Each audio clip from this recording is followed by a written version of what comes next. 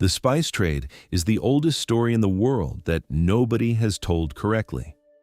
For most of recorded history, the most powerful governments on Earth organized themselves around it, the most sophisticated financial systems existed to service it, and the most catastrophic acts of violence in the ancient and medieval world were committed to control it.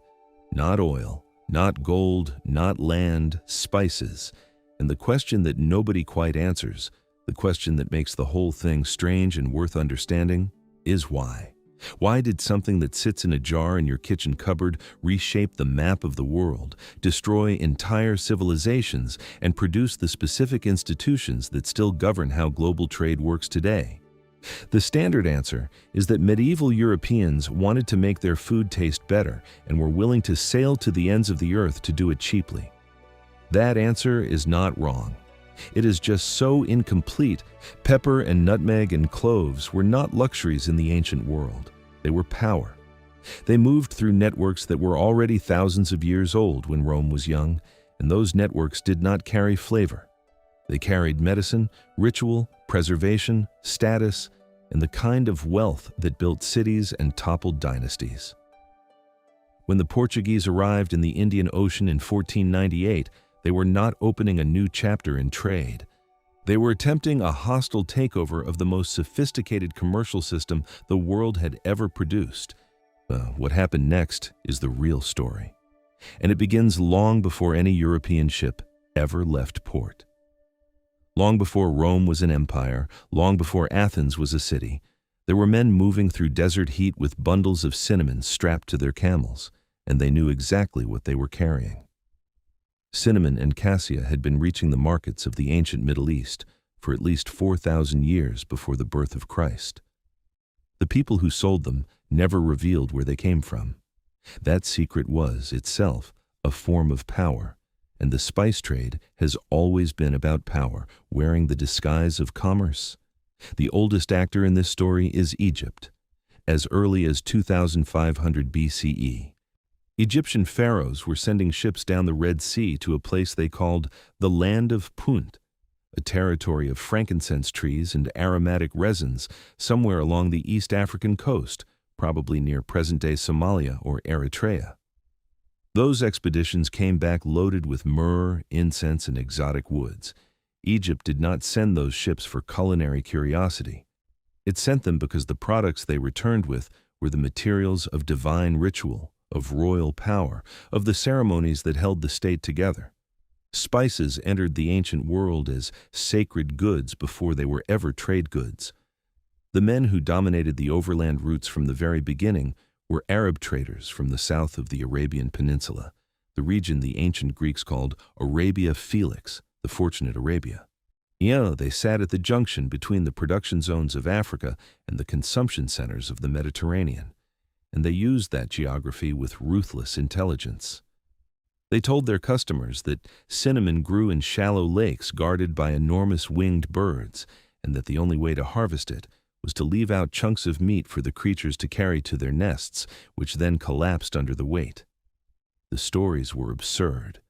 They were designed to be absurd, to discourage anyone from going to look for themselves. Further east, an older and more expansive network was already operating. The Austronesian peoples of island Southeast Asia, the ancestors of modern Indonesians, Filipinos, and Malays, had been sailing the Indian Ocean in outrigger canoes since around 1500 BCE, connecting the islands of eastern Indonesia with the coasts of India and Sri Lanka. They were the ones who first brought cloves and nutmeg out of the Maluku Islands, the volcanic cluster of islands in eastern Indonesia that produced these two spices and nowhere else on Earth. The world had to come to them because the spices would not grow anywhere else. Those early Austronesian sailors introduced something else that changed the entire calculus of long-distance maritime trade: the outrigger. A log lashed parallel to the hull on extended poles. It prevented the boat from rolling in heavy ocean swells and made ocean crossings possible that would have been suicidal in any other hull design. The technology spread westward with the trade itself. Indian and Sri Lankan sailors eventually adopted it, and through them it reached the Arab world. The ship that made the Indian Ocean trade possible was an Austronesian invention, and most of the world never knew. By the first millennium BCE, the network that had begun as a series of separate regional systems was beginning to fuse into something larger. Arab and Phoenician traders moved spices northwest toward the Mediterranean. Indian merchants sailed east to meet Southeast Asian traders at the island of Sri Lanka, which functioned as the great clearinghouse of the early Indian Ocean economy. Persian merchants pushed the goods further west through the Gulf ports. No single group controlled the whole chain. Each controlled their section of it, and the price rose at every handoff, invisibly, so that by the time a packet of pepper reached a Roman market stall, it had passed through perhaps a dozen sets of hands, on each of whom had extracted their cut and revealed nothing.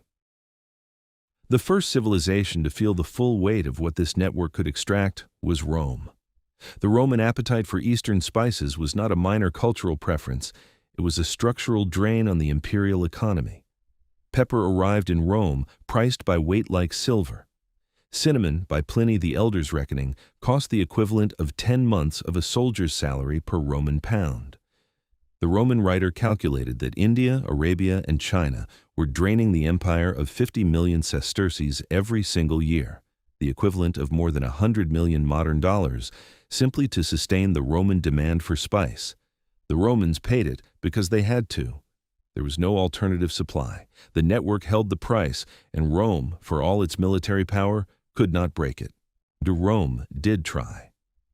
Around 45 CE, a Greek merchant named Hippolus, or a sailor operating under that name, worked out that the monsoon winds of the Indian Ocean operated on a seasonal pattern that made direct sailing from the Red Sea to the Malabar coast of India possible within a single year.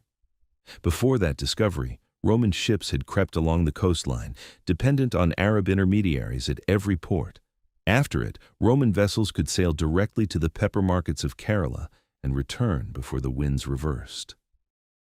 Within a generation, more than 100 Roman ships a year were making the crossing, and Emperor Domitian built a dedicated spice quarter in Rome, the Horea Piperitaria, just to warehouse the volume of pepper arriving from India. The price fell, the trade expanded, the appetite grew. But even this direct Roman engagement with India did not break the fundamental structure of the network. Rome reached the Malabar coast, the western edge of the production world. It never reached the spice islands of eastern Indonesia, where cloves and nutmeg actually grew. Those islands remained beyond the reach of Mediterranean commerce, wrapped in the same obscurity that Arab traders had always cultivated. The Austronesian and Indian middlemen between the islands and the Indian ports remained essential. The network absorbed Roman participation and continued exactly as before, distributed, multi-ethnic, and impossible to control from any single point. That would remain true for another 1,000 years. The collapse of the Western Roman Empire in the 5th century CE sent a shockwave through the western end of the network, but did not break it. When the Visigoth king Alaric besieged Rome in 410 CE, part of his ransom demand was 3,000 pounds of pepper. Even a barbarian general understood by then that spice was the currency of civilization. The empire that had spent centuries draining itself to afford pepper was now paying pepper to stave off destruction. The network barely noticed. The eastern trade routes continued operating through the Byzantine Empire, through the Persian Sassanid state, and through the rising power that would eventually reorganize the entire system on different terms entirely. That power was Islam. When Arab armies expanded out of the Arabian Peninsula in the 7th century CE, they did not encounter the spice trade as something foreign. Arab merchants had been the architects of the overland spice routes for millennia. What the expansion of Islam did was unify the political landscape across which those merchants already operated, from the Persian Gulf to the Red Sea to the North African coast, and create an unprecedented zone of legal, linguistic, and commercial coherence across the western half of the Indian Ocean world. The network did not change its roots. It changed its language, its law, and its scale. The goods that moved through this system were not merely culinary. Pepper served as medicine, prescribed for fever, digestive trouble, and respiratory illness, and as a preservative for meat that would otherwise rot within days in the heat of the Mediterranean summer. Cinnamon was used in embalming. in religious ritual, and as a pharmaceutical ingredient across every major medical tradition from Ayurveda to Galenic medicine. Cloves were carried in the mouths of those granted audiences with the Chinese emperor so that their breath would not offend. Nutmeg, in sufficient quantities, produced hallucinogenic effects that gave it ritual significance in several religious contexts. These were not flavorings, they were technologies of preservation, of medicine, of ritual, of status. The people who controlled them controlled something close to the infrastructure of civilized life. The Arab merchant families who operated the western portion of the network understood this completely, and they managed their position with extraordinary sophistication. They maintained what amounted to a guild structure across the Indian Ocean ports, networks of trust, shared credit, and family obligation that allowed a merchant in Aden to extend financing to a partner in Calicut without either party ever meeting face to face. The system ran on reputation, and reputation was enforced by the community itself. A merchant who defaulted on a debt did not simply lose money. He lost his place in a network that had taken generations to build. This was not informal commerce. It was a mature, institutionalized financial system operating across thousands of miles of ocean. The Indian merchants of the Malabar coast occupied a position of extraordinary strategic importance within this system. Calicut, in the region of Kerala in southwest India, was the great pivot point of the medieval spice trade, the place where the goods of eastern Indonesia, carried by Javanese and Malay traders, met the Arab and Persian merchants who would carry them west. The Zamorin, the ruler of Calicut, built his power almost entirely on taxing this transit trade. He offered Arab merchants protection, warehouse space, and legal standing under his court. In return, the merchants paid duties and remained loyal. It was a symbiotic arrangement that had been running continuously for centuries, and it made the Malabar coast the most commercially significant geography in the medieval world. The city of Alexandria, at the other end of the chain, was where the Western world came to buy. Under Roman rule, it had been the greatest commercial center on earth. Under Arab rule, after the Islamic conquest of Egypt in 641 CE, it retained much of that function, channeling Indian Ocean goods into the Mediterranean markets that still desperately wanted them.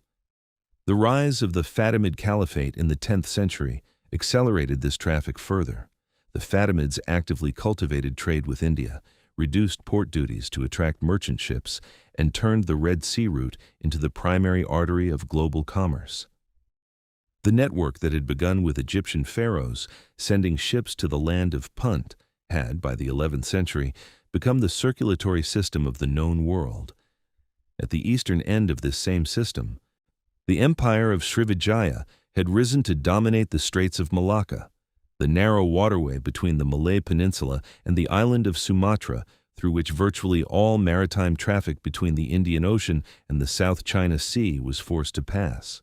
Srivijaya was not a land empire, it was a thalassocracy, a sea empire, and its power rested entirely on its control of the choke point through which the spices of the Maluku Islands had to travel to reach India, Arabia, and ultimately Europe. It taxed passing ships, provided protection from pirates, and maintained the port facilities that made the transit possible. In return, it became extraordinarily wealthy, and its wealth built the great Buddhist temple complexes of Java and Sumatra that still stand today as the most visible monument to what the spice trade actually produced. By the time the 11th century turned into the 12th, the spice trade was not a route or a market or even a network in the simple sense.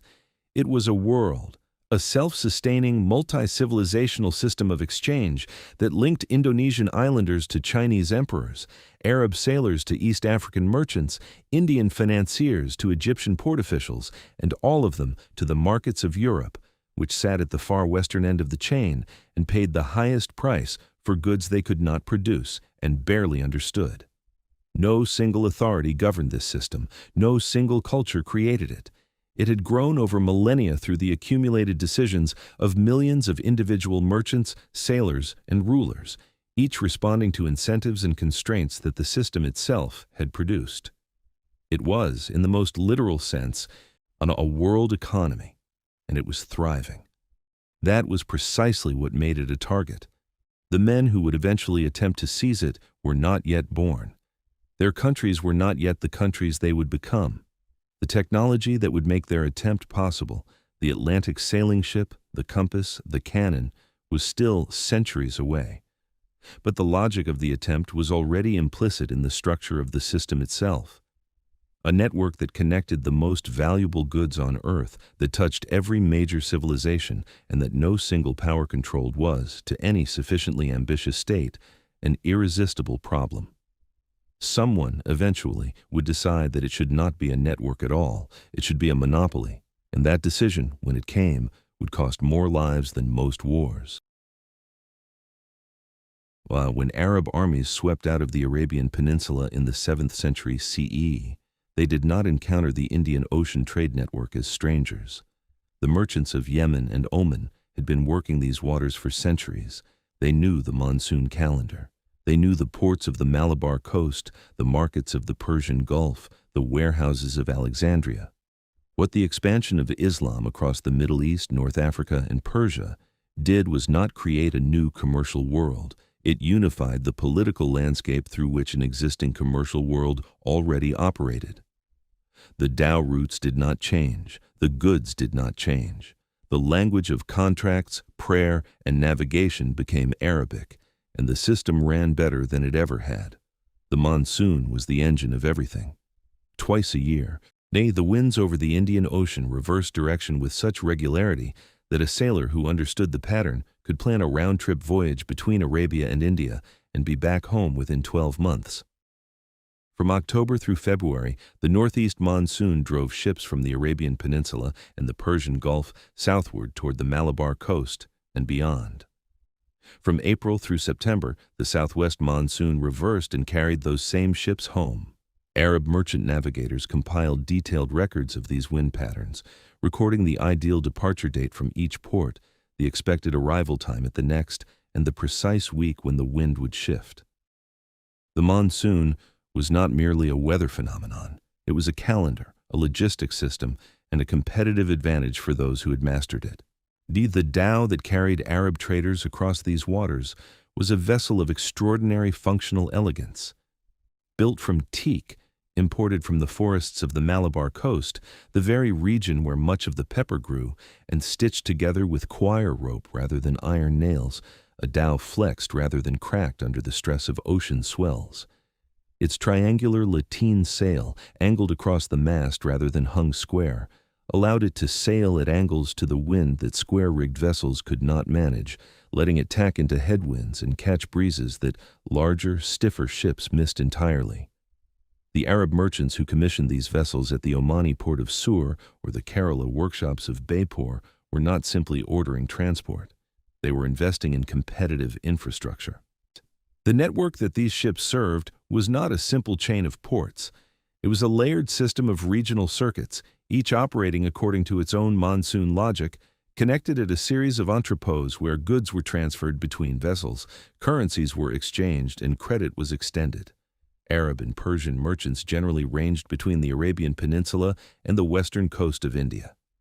Indian merchants covered the crossing between India and Sri Lanka, and between Sri Lanka and the Malay archipelago. Malay and Javanese traders worked the eastern waters between the archipelago and the Spice Islands. At each transfer point, the price of spice rose, and at each transfer point, a different culture, language, and legal tradition governed the transaction.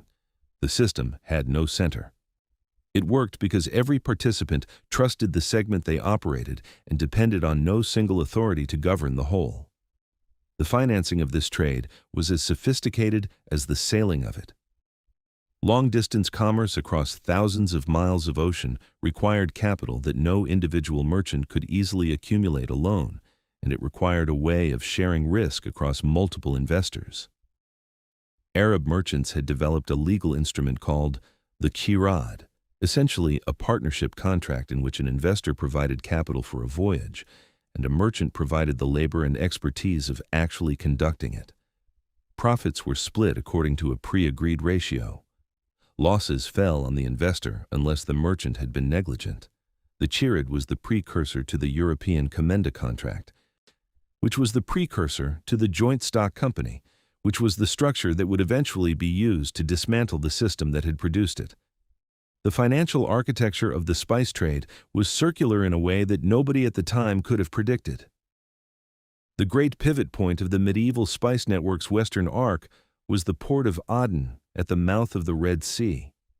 Every ship carrying goods from India toward Egypt and the Mediterranean had to pass close to Aden, and the sultans of Yemen understood their geography perfectly. Merchants arriving from India paid duties in musk, camphor, and sandalwood to the rulers of Yemen as a condition of transiting the straits. Aden offered warehousing, fresh water, ship repair, and a market where cargoes could be broken down and redistributed. It also offered something more important, a legal framework backed by the authority of the Sultan, within which disputes between merchants of different nationalities could be adjudicated. Aden was not merely a port, it was an institution. Further east, the network had an equivalent institution at the opposite end of the Indian Ocean, the Sultanate of Malacca, which controlled the narrow straits between the Malay Peninsula and the island of Sumatra.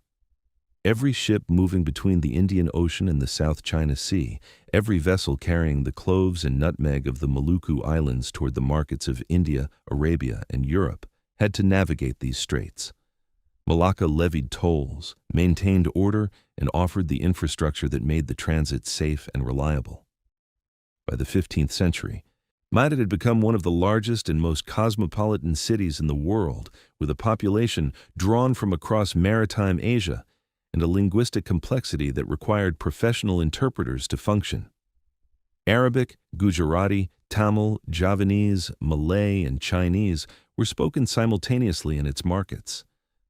Between Aden in the west and Malacca in the east, the goods of the spice trade moved through a series of Indian Ocean ports whose cultures reflected, in concentrated form, everything the network produced when it was allowed to operate without external coercion. Calicut on the Malabar coast received Arab and Gujarati merchants under the protection of its ruler, the Zamorin, who taxed the transit trade and provided legal standing to foreign merchants in his courts. Hormuz, at the entrance to the Persian Gulf, channeled goods northward into Persia and Central Asia. Kilwa and Mombasa and Zanzibar on the East African coast received Indian textiles and Asian porcelain and returned ivory and gold that flowed back east along the same routes. The network was genuinely global and genuinely pluralist. Arab, Indian, Malay, Swahili, Chinese, and Persian merchants all participated, and no single ethnicity or political authority controlled the whole. The East African cities of the Swahili coast were, by the 12th and 13th centuries, among the most sophisticated urban centers in the world. Kilwa, on a small island off the coast of what is now Tanzania, Jaipur Bat Sainifti Trace, had grown wealthy by controlling the southernmost point at which a monsoon voyage could conveniently terminate. It was the last major port before the winds made further southward sailing impractical, and by establishing a trade colony at Sofala on the mainland that gave it access to the gold flowing out of the Zimbabwe plateau. The gold bought Indian textiles, Chinese porcelain, and Persian glassware. The architecture of Kilwa's great mosque and its palace complex, built from coral stone and decorated with imported ceramics, was the direct product of Indian Ocean trade. When the Moroccan traveler Ibn Battuta visited Kilwa in the 14th century, he called it one of the most beautiful cities in the world. What made the Swahili coast remarkable was not simply its wealth, but its cultural production. The language the coast's inhabitants spoke, Kiswahili, was a Bantu language at its grammatical core, built on an African structure that had been in place for centuries, but saturated with Arabic vocabulary absorbed through generations of commercial contact. The religion was Islam, adopted not through conquest, but through the social logic of trade. Sharing a faith with Arab merchant partners made transactions easier, legal disputes more legible, and credit relationships more trustworthy. The mosques that lined the coast from Mogadishu to Sofala were not symbols of conquest. They were the architectural expression of a commercial bargain. The local populations had adopted enough of the merchant world's framework to participate fully in it, and the result was something neither African nor Arab, but distinctly its own. The Abbasid Caliphate, At the height of its power in Baghdad during the 8th and 9th centuries was the political structure that presided over the western half of this system, but it presided rather than controlled. The Abbasid court consumed spices extravagantly, and Baghdad's markets were stocked with the products of India, Southeast Asia, and East Africa. The port of Basra at the head of the Persian Gulf was the point through which much of this commerce entered the caliphate, and the great merchants of Basra, the men whose voyages inspired the stories of Sinbad the Sailor, were not state agents but private operators working within a framework of Islamic commercial law that gave them significant protections and freedoms. The caliph could tax the trade. He could not direct it. The Fatimid Caliphate, which controlled Egypt from the 10th century onward, understood the Red Sea route more clearly than any predecessor. The Fatimids actively courted Indian merchants, reduced port duties at Alexandria and Damietta, and redirected the flow of spice traffic from the Persian Gulf route toward the Red Sea. They succeeded. By the 11th century, Alexandria was again the western terminus of the Indian Ocean trade, channeling pepper, cinnamon, cloves, and nutmeg from the docks of the Red Sea through Cairo and into the Mediterranean markets that had always craved them. The Fatimid state grew rich. The Cairo merchants who managed the transit trade grew richer. And at the far end of the chain, a city built on islands in a lagoon at the top of the Adriatic Sea was about to become, because of this trade, the most powerful commercial republic in the world. Venice did not grow wealthy by producing anything. It grew wealthy by positioning itself at the precise point where the goods of the Islamic world entered the European one. As early as the 9th century, Venetian merchants were sailing to Alexandria, loading spices purchased from Arab and Mamluk intermediaries, and selling them in the markets of northern Italy and northern Europe at markups of 50 to 100%. The city's physical geography, built on islands, accessible only by water, almost impossible to attack by land, gave it a natural defensibility that allowed it to maintain commercial relationships with Muslim powers at times when the rest of Christian Europe was formally at war with them. Venice was simultaneously a Christian republic and a commercial partner of the Islamic world, and it managed that contradiction with supreme pragmatic skill. The Venetian system was not improvised. By the 13th century, the Republic had developed a formalized mechanism for managing the spice trade, state-subsidized merchant galleys called the Muda, which were auctioned to the highest bidder and sailed in armed convoys on a published schedule between Venice and Alexandria. Spices were permitted only on these galleys, not on ordinary cargo ships, a regulation that allowed the state to control the flow of goods, collect accurate duties, and maintain the security of the most valuable cargo in European commerce. A fully laden Venetian galley returning from Alexandria sometimes carried cargo worth over 200,000 ducats, the equivalent today of tens of millions of dollars, and the Republic ensured that cargo through its own financial instruments, creating in the process some of the earliest institutions of commercial insurance in European history. The Venetian monopoly was enforced not by military domination of the production zones. Venice had no presence in India or the Spice Islands, but by controlling the western terminus of the chain and making itself indispensable to both the suppliers and the consumers. The Mamluk sultans of Egypt, who controlled Alexandria, needed Venetian buyers. The northern European merchants who wanted pepper and cinnamon needed Venetian galleys. Now, Venice sat in the middle of this double dependency and extracted its rent from both directions. When the Pope periodically excommunicated Venice for trading with Muslim powers and commanded it to stop, the Republic rerouted its purchases through the Armenian port of Lajatso, buying from intermediaries the same goods it had previously bought directly. And when the papal pressure subsided, Venetian galleys returned to Alexandria as if nothing had happened. Business was its own theology. But Venice's position was always contingent on a system it did not control and could not protect. The goods that arrived in Alexandria had passed through Arab merchants in Aden, Indian merchants in Calicut, Malay traders in Malacca, and Javanese sailors from the Banda Islands, a chain of independent intermediaries, each of whom extracted their margin and passed the goods along. If any link in that chain broke, or if the political landscape of the Islamic world shifted in ways that disrupted the route, Venice was exposed.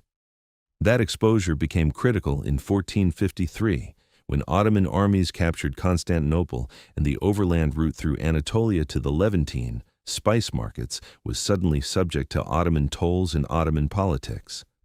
Venice retained its connection to Alexandria, but the instability of the system had become impossible to ignore. And in the courts of Lisbon, in the offices of the Portuguese crown, men were looking at maps and calculating whether there was a way to the spice markets that did not require passing through anyone else's territory at all.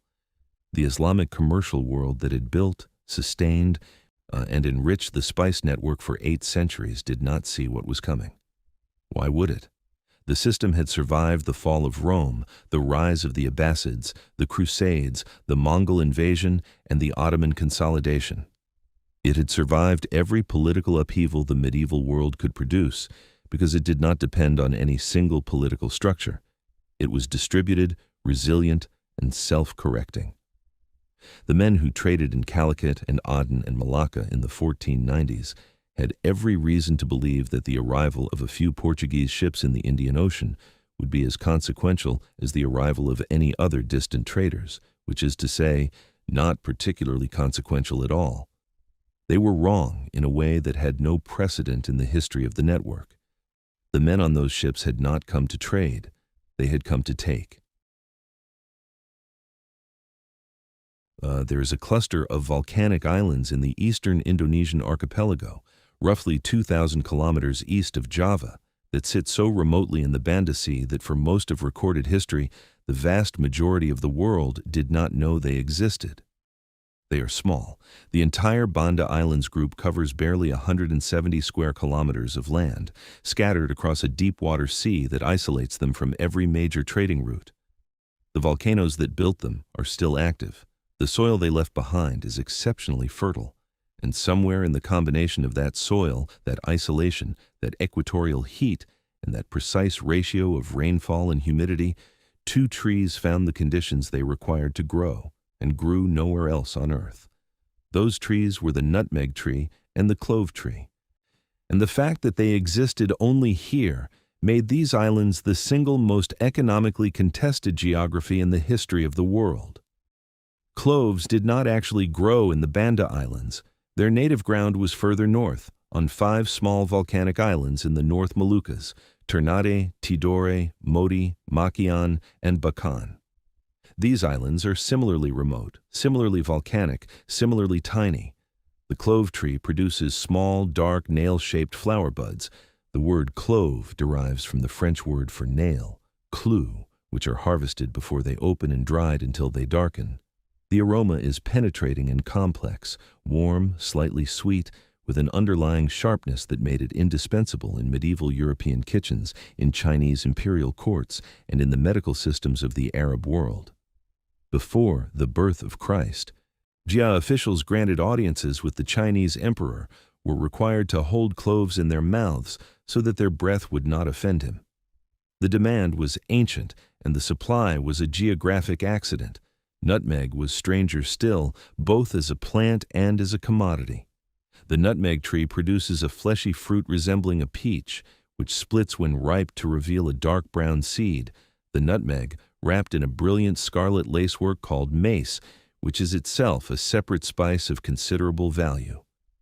Both nutmeg and mace come from the same tree. Both were worth extraordinary sums in the medieval world, for reasons that ranged from the culinary to the pharmaceutical to the frankly visionary. Nutmeg in sufficient quantity produces hallucinogenic effects, a fact that gave it a ritual significance in several religious contexts and a particular appeal among those who could afford its extravagant cost. In medieval Venice, a pound of nutmeg was worth more than a pound of gold. The Banda Islands were the only place on Earth where this tree grew in any meaningful quantity, and that fact alone made them worth more in the calculations of European colonial powers than entire continents. The people who lived on these islands, the Bandanese, had been trading nutmeg and mace for centuries before any European knew where the islands were. Their society was organized not around a sultan or a king, but around a council of wealthy merchant leaders called the orang kaya, a Malay phrase meaning simply rich men. Each Orankaya controlled a district, managed the nutmeg groves within it, and conducted trade with the Javanese, Malay, and Arab merchants who sailed to the Banda Islands each season to buy. The Bandanese were themselves experienced traders who participated in a broader regional commerce, exporting nutmeg and mace, importing cloth from Java and India, rice from other islands, and goods that filtered in from as far as China and Persia. They were not isolated villagers sitting on a treasure they did not understand. They were businessmen who understood their position in a global network perfectly well and had managed it to their considerable advantage for generations. The islands of Ternate and Tidore, north of the Bandas, had a different political structure. Both had sultans, rulers whose power derived from a combination of Islamic authority, hereditary legitimacy, and control of the clove trade. Now the sultanates of Ternate and Tidore were ancient rivals, each seeking dominance over the other and over the surrounding islands, and the balance between them was, in a sense, what kept the northern Moluccan world stable. Each maintained fleets of war canoes, kora, manned by over 100 rowers, and used them to enforce their claims over the smaller islands that produced cloves. The sultans relied on Malay, Arab, and Javanese merchants to carry their goods westward, and those merchants relied on the sultans for access to the clove trees. It was a relationship of mutual dependency that had been running for centuries, and it produced a society of considerable wealth and sophistication in a part of the world that the medieval European imagination had not yet located on any map. The logistics of getting these spices from the Moluccas to the markets of Europe were staggering, and the cost accumulated at every stage. A Bandanese Orankaya sold nutmeg to a Javanese merchant at the island. The Javanese merchant carried it to Malacca, where he sold it to an Arab or Indian trader. That trader carried it across the Indian Ocean to Calicut or Aden, where it changed hands again, passing to a Persian or Egyptian merchant who moved it toward the Red Sea. From there, it entered the Venetian commercial system, which carried it to Alexandria, loaded it onto a Venetian galley, and transported it to the warehouses of northern Italy. At each of these transfers, the price rose. By the time a pound of nutmeg reached a Venetian market stall, it had been touched by perhaps 8 or 10 separate sets of hands, each of whom had added their margin, and the final price bore essentially no relationship to what the Bandanese had received for it. The people who grew the most valuable agricultural product in the medieval world were also among the least compensated for it. What made the Spice Islands' position so strategically decisive and so desperately coveted was not merely the value of what they produced, but the absolute impossibility of producing it anywhere else.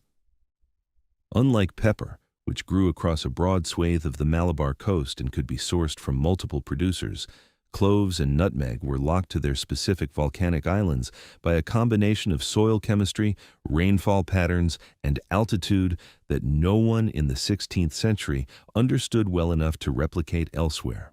The Arab and Malay merchants knew this and kept it as their most closely guarded commercial secret. They never told their European customers where the spices came from.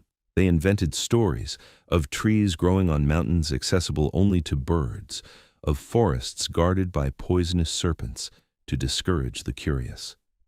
The European merchants who bought spices in Alexandria or Venice knew that the goods came from the east, but the specific geography of their origin was a commercial secret that had been maintained almost perfectly for 1,000 years. The Banda Islands also functioned as an entrepôt, a transit market, for goods that came from even further east.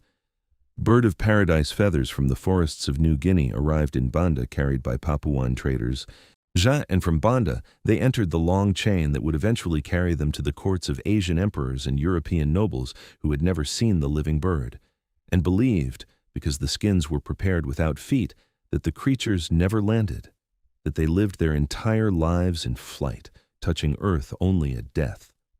The feathers fetched extraordinary prices precisely because of this mythology, and the Bandanese profited from being the point of transfer where Papuan goods became Indian Ocean goods, where the deep forest of New Guinea connected to the commercial world of the Monsoon Sea.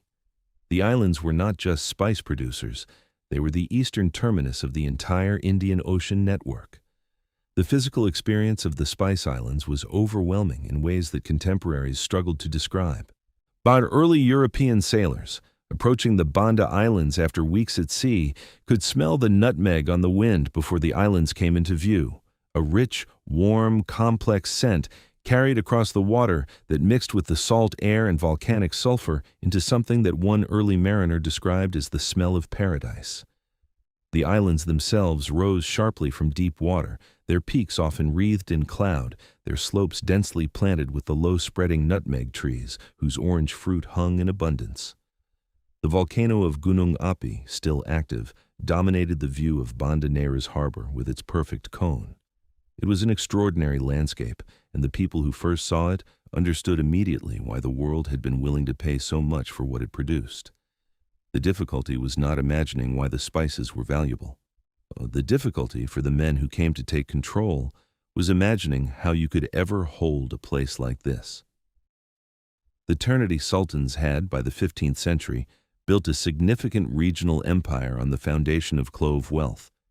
The peak of that empire came in the late 16th century under Sultan Babula, whose dominion extended nominally across most of eastern Sulawesi, Ambon, parts of Ceram, and much of the broader Moluccan world. Ternate's small size, it is barely 11 kilometers across, made this political reach all the more remarkable. A tiny volcanic island in the most remote corner of a remote archipelago had become one of the most powerful political entities in maritime Southeast Asia, simply because it sat on top of the most valuable crop in the world. The Ternate Sultan's court attracted traders from across Asia, Islamic scholars from Arabia and Java, and eventually European emissaries who came with diplomatic proposals that were really commercial demands in polite clothing. The relationship between the Spice Islands and the wider Islamic world was not merely commercial. Islam had arrived in Ternate in the late 15th century, carried by Javanese and Arab merchants along the same routes that carried cloves. The conversion of the Ternate Sultan, Zainal Abidin, in 1468, transformed the island's political identity. A new council of Islamic clerics, the Jolab, was established to advise the Sultan on religious matters. The Sultanate adopted Islamic legal frameworks for commercial disputes, which aligned it more closely with the Arab and Gujarati merchant networks that dominated the Western Indian Ocean trade. Islam did not change what Ternate produced. It changed who Ternate's natural commercial partners were, and it deepened the integration of the Moluccas into the broader Indian Ocean world that had sustained the spice trade for centuries. The Banda Islands, by contrast, never became a sultanate.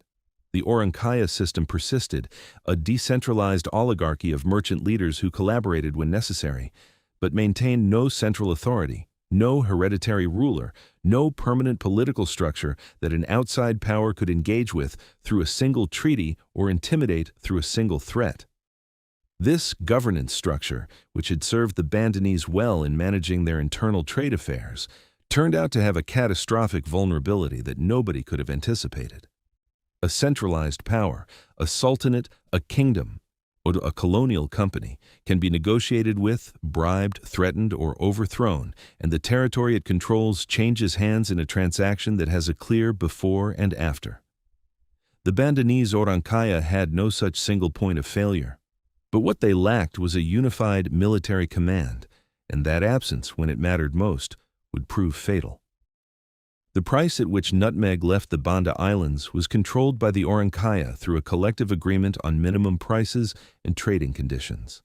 They understood supply and demand with the clarity of experienced commercial operators, and they deliberately kept production at a level that maintained scarcity and high prices. They refused to plant more trees than the market required. They refused to allow foreign merchants to establish permanent bases on the islands, understanding instinctively that a foreign presence with warehouses and weapons would eventually become a foreign presence with authority. When the Portuguese arrived in 1512, the first Europeans to reach the Bandas, the Orankaya greeted them as they greeted any other trading visitors, with cautious welcome, a willingness to sell, and an absolute refusal to allow them to build a fort. The Portuguese were larger and better armed than any previous visitor, but they needed the nutmeg more than the Bandanese needed them, and the Orankaya knew it. For almost a century after the first Portuguese contact, the Bandanese held that position. They sold nutmeg to the Portuguese, to the Spanish, and eventually to the Dutch and English, playing each against the others when that served their interests, refusing exclusive arrangements when pressed, and maintaining the pluralist trading system that had always served them. An Orankaya in 1600 had every reason to believe that the European demand for exclusive monopoly was simply one more commercial pressure to be managed, like the Arab merchants' price negotiations or the Javanese sailors' seasonal rhythms. They had managed greater pressures than this before. What they had not encountered and could not have anticipated was a European power willing to make the economic calculation that the most efficient way to solve the problem of Bandanese independence was not to negotiate with it, but to eliminate it, to kill the people, seize the land, and replace the entire social structure with something that could not refuse. That calculation, and the men who made it, belong to a later part of this story. But it begins here, in the smell of nutmeg on the wind and the refusal of the Orankaya to surrender what they had spent generations building. Pepper occupied a different position in this geography, and it deserves its own account. Unlike cloves and nutmeg, pepper grew across a wide territory, primarily along the Malabar coast of southwest India, in the region of Kerala, but also in Sumatra and Java and parts of mainland Southeast Asia. This broader geographic distribution meant that pepper could never be controlled by a single island or a single ruler in the way that nutmeg and cloves could. It was the most widely traded spice in the medieval world and the most widely consumed, appearing in the households of the European middle classes in a way that nutmeg, at its extraordinary price, never could. Bursi, or Assessor B. The Zamorin of Calicut built his political power on pepper transit duties. The Sumatran kingdom of Aceh grew rich from pepper in the 16th century, producing 7 million pounds annually at its peak. Pepper was the great democratic spice, valuable enough to reshape political economies, cheap enough that even a moderately prosperous European household could afford it, and its geographic spread made it, paradoxically, the hardest spice to monopolize and the most persistently fought over. Cinnamon came from Ceylon, the island now called Sri Lanka, where it grew in the humid coastal forests of the island's southwest. The tree's inner bark, peeled in thin strips and allowed to curl and dry, produced the warm, sweet, slightly astringent flavor that had been reaching Mediterranean markets since at least 2000 BCE. Ceylon's cinnamon was considered categorically superior to cassia, the Chinese and Vietnamese relative that was sometimes sold under the same name, finer, more aromatic, more complex. The kings of Kodi, the Sinhalese state that controlled much of Ceylon's interior in the 15th century, maintained a royal monopoly over cinnamon production, understanding that their island's geographic accident, the fact that true cinnamon grew nowhere else in comparable quality, was the foundation of their wealth and therefore their power. Every major colonial power that eventually reached Ceylon, the Portuguese, then the Dutch, then the British, would seize control of cinnamon production as one of its first acts, for exactly the same reason. What united all of these spices, nutmeg, cloves, pepper, cinnamon, mace, was not simply their flavor or their aroma, but the structural fact of their geographic concentration. They were not distributed across the trading world like grain or cloth or timber, goods that could be grown or produced in many places, and whose price was therefore governed by competition. They were locked to specific, identifiable, often tiny locations by the specific requirements of the plants that produced them, and the people who lived on those locations had, over centuries, developed commercial and political systems adapted to managing that locked-in advantage. The Ternate Sultan, the Banda Orankaya, the Ceylonese cinnamon king, the Malabar pepper grower, all of them understood their position in the global system in approximately the same way. They had something that the world could not get anywhere else. And the world would pay whatever they asked. That understanding had governed the Spice Islands for centuries. It would govern them for only a few decades more. Before the First Crusade was preached in 1095, most of Western Europe had little direct experience of the spice trade. Pepper and cinnamon reached northern European markets through chains of intermediaries so long and so opaque that their origins were essentially mythological. Distant, hot, dangerous places guarded by serpents, accessible only to the boldest traders. The Crusades broke that opacity. For 2 centuries, European armies moved through the Levant, and the armies needed to be fed, equipped, and transported. The movement of tens of thousands of men across the Mediterranean was the greatest logistical undertaking Western Europe had yet attempted, and it created economic relationships between the Christian world and the Islamic East that survived long after the military campaigns had failed. The Italian maritime republics understood this before the First Army had even left port. Venice, Genoa, and Pisa did not go to the Holy Land to pray. They went to establish trading privileges, secure warehouse rights, and plant their commercial flags in the ports of the Levant. Venice had been cultivating relationships with both the Byzantine Empire and the Muslim world for generations. It sat at the northern edge of the Adriatic in a position of geographic neutrality that allowed it to trade with anyone willing to pay, regardless of religion or politics. When the First Crusade succeeded in capturing Jerusalem in 1099, Venice extracted from the new Crusader kingdom a guarantee of free trade and an entire trading quarter in the city of Tyre. The deal was simple. Venetian ships had helped take the coast. Venetian merchants would now profit from it. But the real prize the Crusades offered Venice was not the Crusader states themselves, which were militarily precarious and commercially limited. The prize was the opportunity to deepen its access to the spice network at the points where that network connected to the Mediterranean, the ports of Alexandria, Beirut, and Antioch, through which the goods of the Indian Ocean world entered the European market. Every crusade that moved through the eastern Mediterranean, every Crusader state that established itself in the Levant, every Christian-Muslim negotiation that followed a military standoff created new occasions for Venetian merchants to insert themselves as indispensable intermediaries. Venice did not care particularly who controlled Jerusalem. It cared deeply about who controlled the docks at Alexandria. The financing of the Crusades accelerated an economic transformation that would permanently alter the structure of European commerce. The logistical complexity of moving armies across thousands of miles of sea required capital on a scale that individual merchants or even noble families could not easily provide. New financial instruments emerged in response, bills of exchange that allowed funds to be transferred across borders without the physical movement of gold. The credit arrangements between merchants and crusading lords that turned landowning nobles into debtors, and the earliest versions of institutional insurance developed to manage the risk of cargoes that might be lost at sea.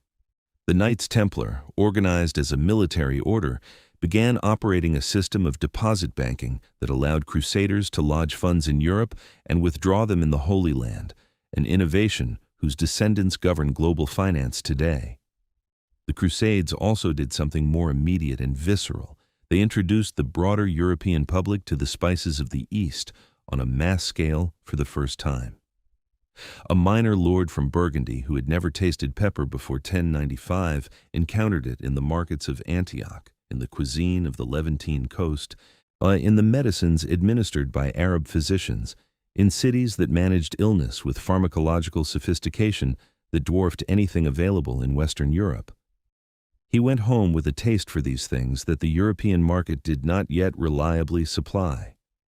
The demand that the Crusades generated among returning soldiers, priests, and pilgrims was a demand that Venice was positioned to satisfy at a price that Venice controlled, and the city's fortunes expanded accordingly.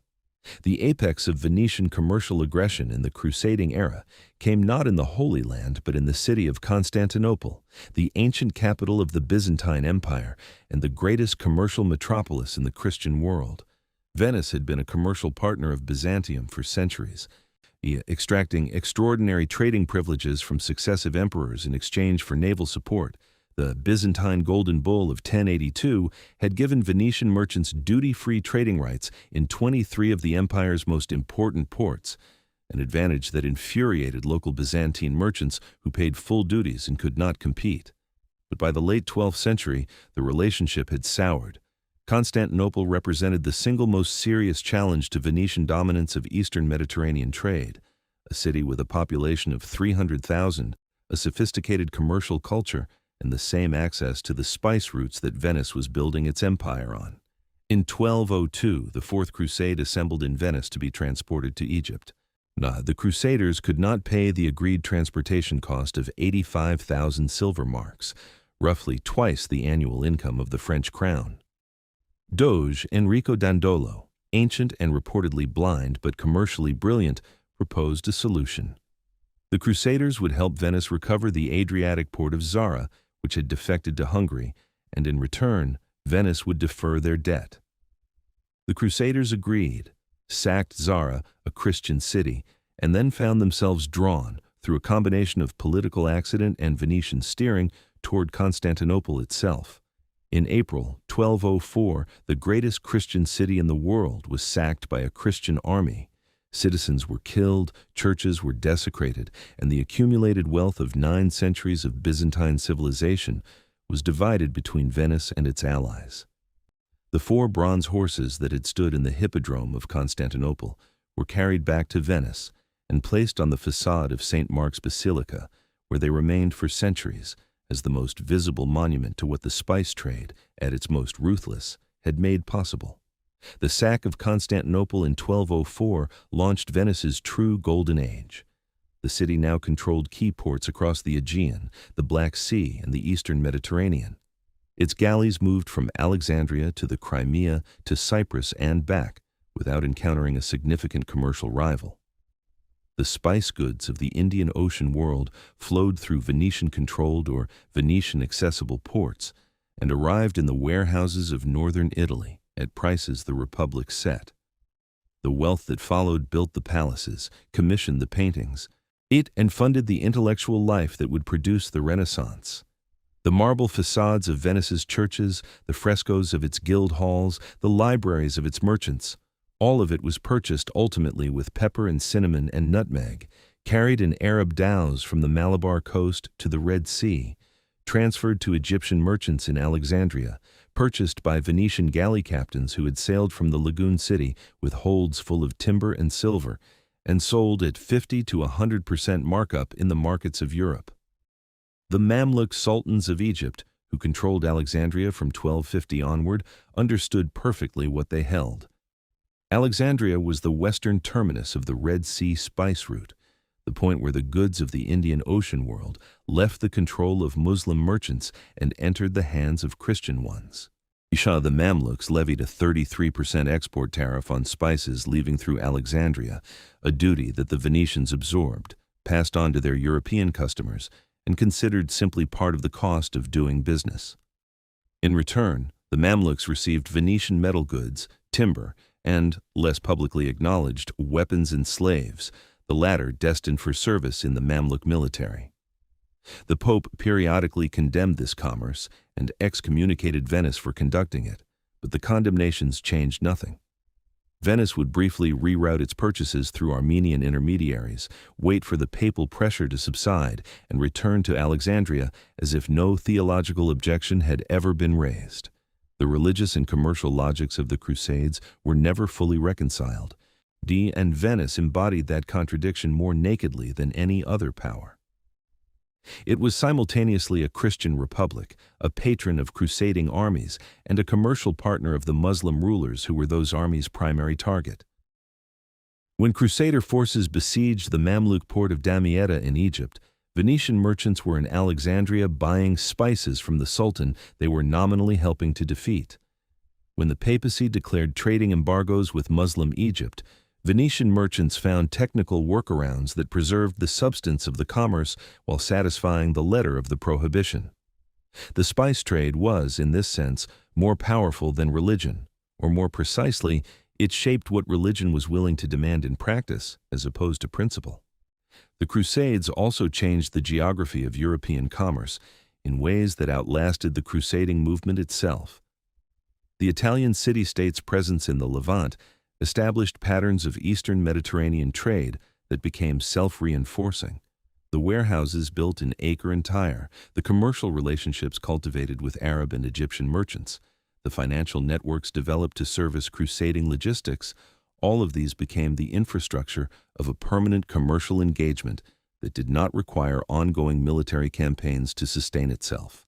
When the Mamluk Sultan al-Ashraf Khalil captured Acre in 1291, ending the last significant crusader presence in the Holy Land, Venice simply negotiated new commercial arrangements with the Mamluks directly. The military enterprise had failed.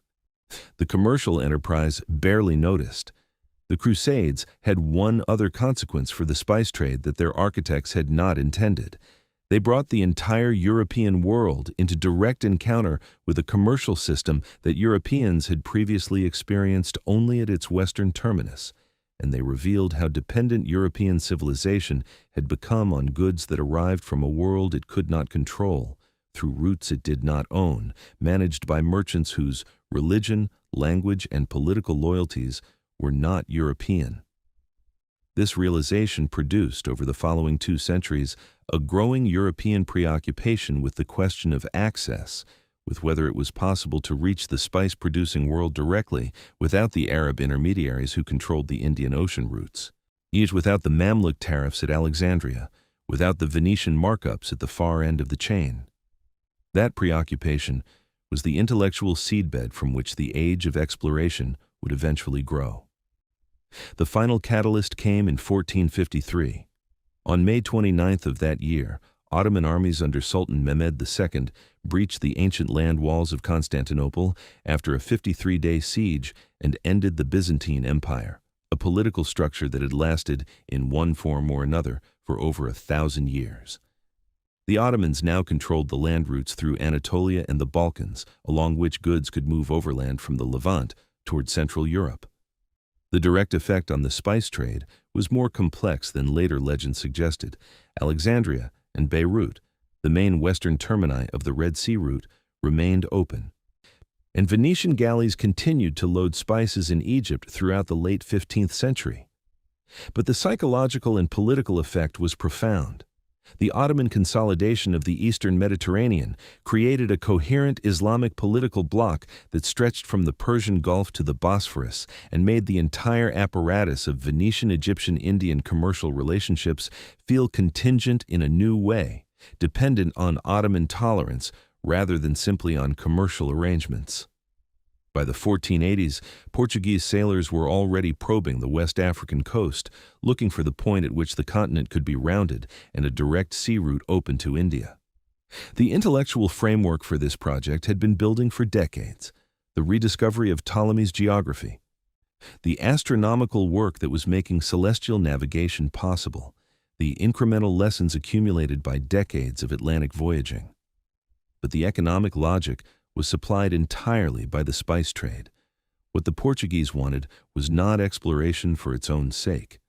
They wanted to reach Calicut and Aden and Malacca without passing through anyone else's toll booth. They wanted to buy nutmeg and pepper and cinnamon at the source, cut out every intermediary between the production ground and the European market, and deliver the profits directly to Lisbon rather than watching them drain away through Alexandria and Venice.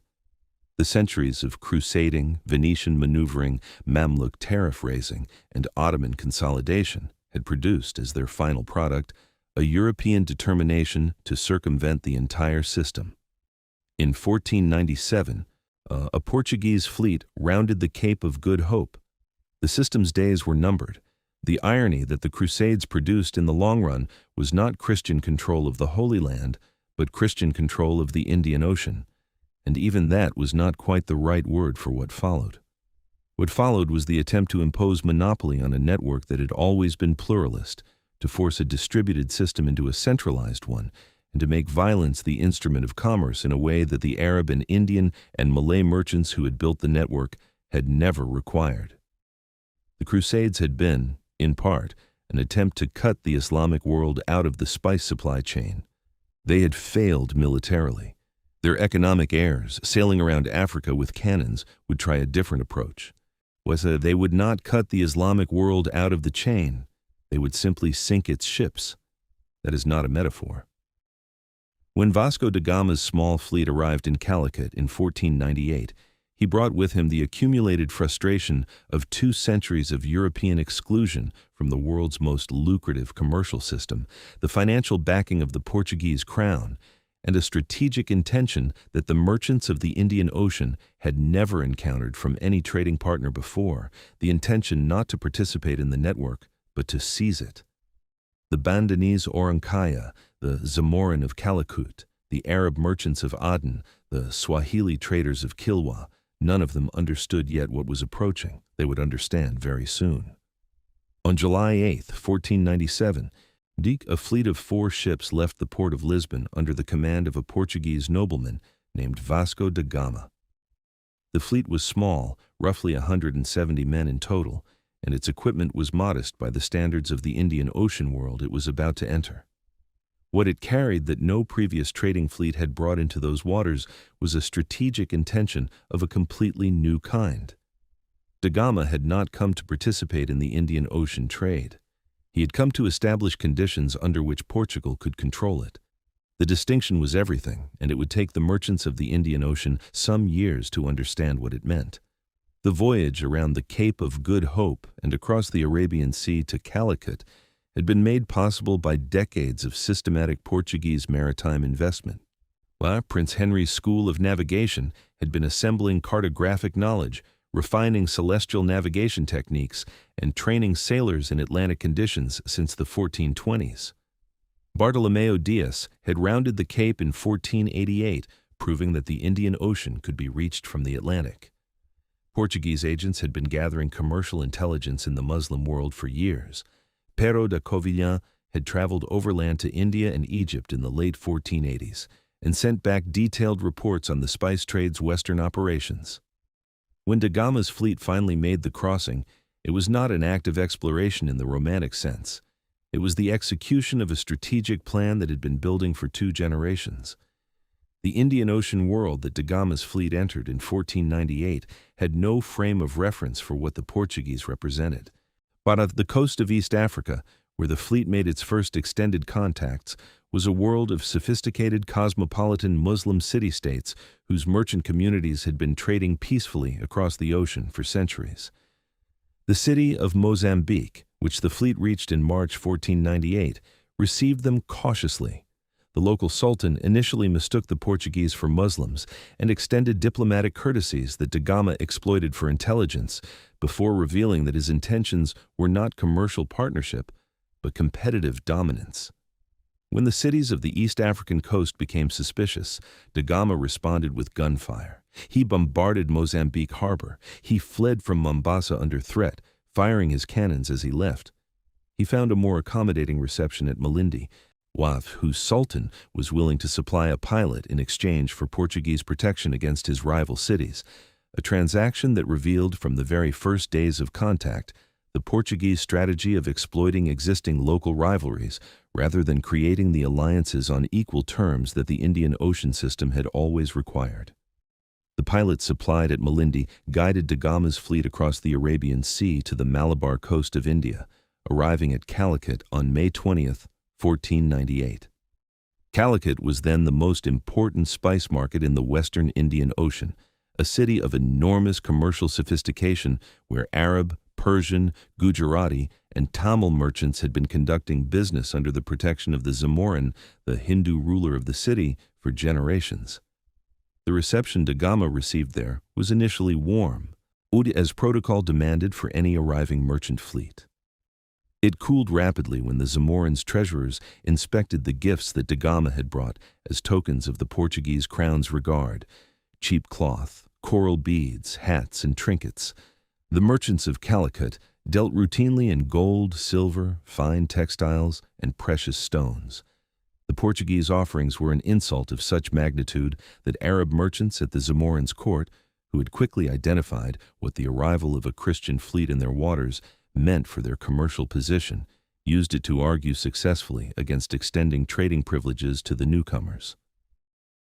Da Gama left Calicut in August 1498 without a treaty, with a modest cargo of spices and with a clear understanding of what would be required to take what diplomacy could not negotiate. He returned in 1502 with 25 ships and a fundamentally different approach. On the way to Calicut, da Gama encountered a large merchant vessel carrying over 200 Muslim pilgrims returning from Mecca to India. The ship surrendered without resistance. The merchants on board offered their entire cargo as ransom. Da Gama refused, ordered the ship's hold sealed with the passengers inside, and had it burned. The passengers, men, women, and children, died in the fire or drowned attempting to escape. The message was intended for every Muslim merchant in the Indian Ocean. The Portuguese were not a trading partner who could be accommodated, managed, or negotiated into a corner of the existing system. They were something the Indian Ocean had never seen before, a state-sponsored armed force whose commercial objective was monopoly and whose instrument was systematic violence. The Crusades system, which da Gama institutionalized during his second voyage, translated this violence into bureaucratic form. Every merchant vessel in the Indian Ocean, every dhow, every trading junk, every coastal craft was required to purchase a pass from Portuguese authorities certifying that its cargo had been inspected, its route approved, and its duties paid. Ships discovered without a cartaz were subject to seizure. Their crews could be killed, enslaved, or mutilated. Their cargoes became Portuguese property. Calicut had refused to expel its Arab merchant community as da Gama demanded, so da Gama bombarded the unfortified city from the sea for 2 days. It captured 34 Muslim sailors from its harbor, had them hanged and then beheaded, and dispatched their severed hands, feet, and heads in a fishing boat addressed to the Zamorin with a letter explaining that further cooperation would be welcomed. This was not aberration. It was policy, deliberately calculated to produce terror so comprehensive that resistance would seem futile.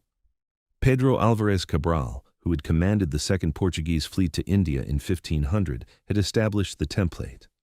When fighting between his men and the Arab merchants of Calicut resulted in the deaths of 50 Portuguese, Cabral seized 10 Arab trading vessels anchored in the harbor, killed approximately 600 of their crew members, confiscated all their cargo, and burned the ships.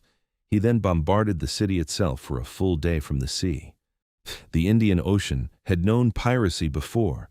Every sea-based commercial system does. But piracy conducted by individual opportunists operating outside any legitimate authority is a fundamentally different phenomenon from state-sanctioned violence deployed at scale as an instrument of commercial policy.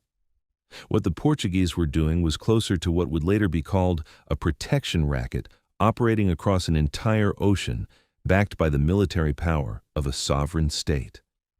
The strategic vision behind all of this was supplied by Afonso de Albuquerque, who became governor of Portuguese India in 1509 and served until his death in 1515.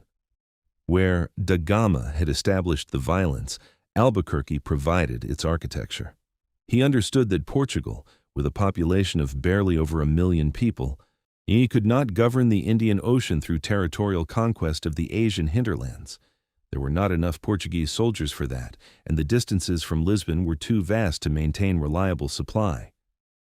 What Portugal could do was seize and fortify a small number of strategic choke points through which Indian Ocean trade necessarily flowed, and use those choke points to impose its presence on the commerce of the entire ocean without needing to control the land behind them.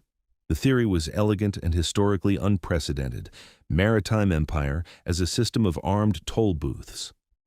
Albuquerque identified 3 choke points as essential. The first was Goa on the western coast of India, a city with a natural harbor deep enough for large vessels, positioned centrally on the Malabar Spice Coast and defensible from the sea. Albuquerque took Goa from the Bijapur Sultanate in 1510 with a combination of naval firepower and an alliance with a local Hindu privateer named Timoja, who supplied intelligence and light forces. Goa became the administrative capital of the Estado da India, the Portuguese state of India, and the base from which the entire Indian Ocean operation was coordinated. It was fortified to European military specifications with walls thick enough to resist artillery, and it remained in Portuguese hands for 4.5 centuries. The second choke point was Malacca, the city that controlled the narrow strait between the Malay Peninsula and Sumatra, through which all maritime traffic between the Indian Ocean and the South China Sea was forced to pass. When Albuquerque's expedition reached Malacca and asked its merchants about the Spice Islands, They were told by local Malay pilots, some of them coerced, others simply sold the information for profit, where the islands lay. In July 1511, Albuquerque attacked and seized Malacca with a fleet of roughly 19 ships and around 1,400 men. The city's population, which included substantial communities of Gujarati, Tamil, Arab, Chinese, and Javanese merchants who had built their commercial lives around the pluralist trading system of the Straits, was subjected to a systematic assault in which Muslim merchants were specifically targeted for violence, while merchants of other faiths were offered protection in exchange for cooperation. The fall of Malacca effectively gave Portugal a forward position from which to probe the eastern waters toward the Spice Islands themselves. The third choke point was Hormuz, the island at the entrance to the Persian Gulf through which the commerce of the entire Gulf, spices, horses, pearls, textiles, was funneled toward Persia and the Ottoman territories. Albuquerque had briefly seized Hormuz in 1507 before being forced to abandon the position when his captains mutinied. He returned definitively in 1515 with 26 ships and secured the island's permanent submission, constructing a fortress that dominated the harbor and controlled access to the Persian Gulf's trade. Hormuz's annual customs revenues were estimated at 200,000 cruzados in 1524, a sum that made it one of the most valuable single points in the entire Portuguese commercial empire. Aden eluded him. The port at the mouth of the Red Sea, the entry point through which spices moving from India to Egypt had to pass, was too well fortified and too well defended by its Yemeni garrison for Albuquerque's forces to take in 1513. He bombarded it, he withdrew, he returned and bombarded it again, and still it held. The failure at Aden was the single most consequential strategic limitation of the Estado de India. As long as Aden remained in Arab and later Ottoman hands, the Red Sea route from India to Egypt remained open. Venetian galleys could continue loading spices in Alexandria, and the Portuguese monopoly ambition was incomplete. The spice trade through the Levant never fully stopped during the Portuguese century. The Portuguese system was a partial seizure, not a complete one, and its limitations would eventually cost it everything. What the Portuguese interposed between the spice-producing world and the European consuming world was not simply military force, but a new conception of the ocean itself. Before the Portuguese, the Indian Ocean was legally open water. The traders who crossed it operated under the authority of the coastal rulers at either end of their voyages, not under any maritime sovereign. The Portuguese declared the Indian Ocean their ocean. Ships that sailed it without Portuguese permission were not merely in commercial competition, they were in violation of a legal order that Portugal had unilaterally proclaimed. Portuguese patrol vessels stopped and searched ships across thousands of miles of open sea, demanded cartazes, collected duties, and killed or enslaved those who refused. The historian J.H. Eliot described the history of Portuguese intrusion into the Indian Ocean as an epic of ruthless savagery, and the primary sources bear that out with a thoroughness that resists euphemism. The Arab accounts of this period are unambiguous about what was happening. A 16th-century chronicle from Hadramaut describes the Portuguese arrival in 1502 in these terms. The vessels of the Franks appeared at sea, took about 7 vessels, killed those on board, and made some prisoners, adding that this was their first action and invoking God's curse upon them. The Muslim merchants of the Indian Ocean were confronting something that their entire commercial experience had not prepared them for. Not a rival operating within the rules of the system, but a power that had decided the system's rules did not apply to it. The dhow was built for commerce, not war. It carried goods and was designed to move efficiently through wind-dependent conditions. It had no cannon. When Portuguese vessels, built to Atlantic specifications with heavy armament, encountered Indian Ocean trading ships, the disparity was not merely military. It was a confrontation between two entirely different conceptions of what the sea was for. The response of the Indian Ocean world to this assault was not passive. The Zamorin of Calicut organized a coalition of Muslim merchants and local rulers that repeatedly contested Portuguese naval supremacy along the Malabar coast throughout the first decade of the 16th century. The Mamluk Sultan of Egypt, whose revenues from the Alexandria spice trade were being devastated by Portuguese disruption, dispatched a fleet to the Indian Ocean in 1507 that engaged Portuguese forces at the Battle of Chol, and initially succeeded, killing Francisco de Almeida's son in the engagement. But Almeida avenged the defeat with crushing force at the Battle of Diu in 1509, destroying the combined Mamluk and Gujarati fleet and effectively ending any serious naval challenge to Portuguese supremacy in the western Indian Ocean for a generation. The Mamluks, financially crippled by the loss of their spice revenues, were conquered by the Ottoman Empire in 1517, a collapse that the Portuguese disruption of Egypt's trade had substantially contributed to. The Ottoman Empire that absorbed Egypt was a far more formidable adversary than the Mamluks had been, and it spent the better part of the 16th century attempting to contest Portuguese control of the Indian Ocean's western approaches. Ottoman fleets probed Hormuz, contested the Red Sea, and cultivated alliances with the Muslim sultanates of the Malabar coast and Sumatra that sought Portuguese pressure removed. None of these efforts succeeded in displacing the Portuguese system, though several of them inflicted significant local damage. The Portuguese position was ultimately maintained not by invincibility, but by geography. The control of the choke points at Goa, Malacca, and Hormuz made any coherent anti-Portuguese naval strategy extremely difficult, because defeating Portugal in one part of the ocean did not break the system's hold on the others. The Indian Ocean's response was, in the long run, commercial rather than military. Merchants found ways around the Cartaz system where they could, running alternative routes through the Red Sea that the Portuguese could not fully patrol, developing new overland connections that bypassed Portuguese-controlled ports, exploiting the corruption of Portuguese officials who would issue cartazes for bribes without proper inspection. The system was porous in ways that Albuquerque's clean strategic theory had not anticipated. The Indian Ocean was simply too vast, and the commercial ingenuity of its merchant communities too deep to be fully subordinated by a force as limited in numbers as the Portuguese could deploy. Gujarati merchants continued operating through complex arrangements. Arab traders adapted their routes. The Red Sea traffic, though reduced and more dangerous, never stopped entirely.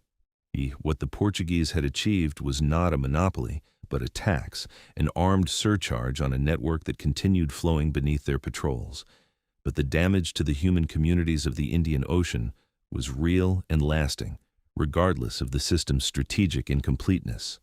The Swahili coast cities, Kilwa, Mombasa, Zanzibar, Sofala, which had thriven for centuries on open Indian Ocean commerce, found themselves alternately bombarded, occupied, and economically strangled as the Portuguese established fortified posts and diverted trade through their own controlled channels.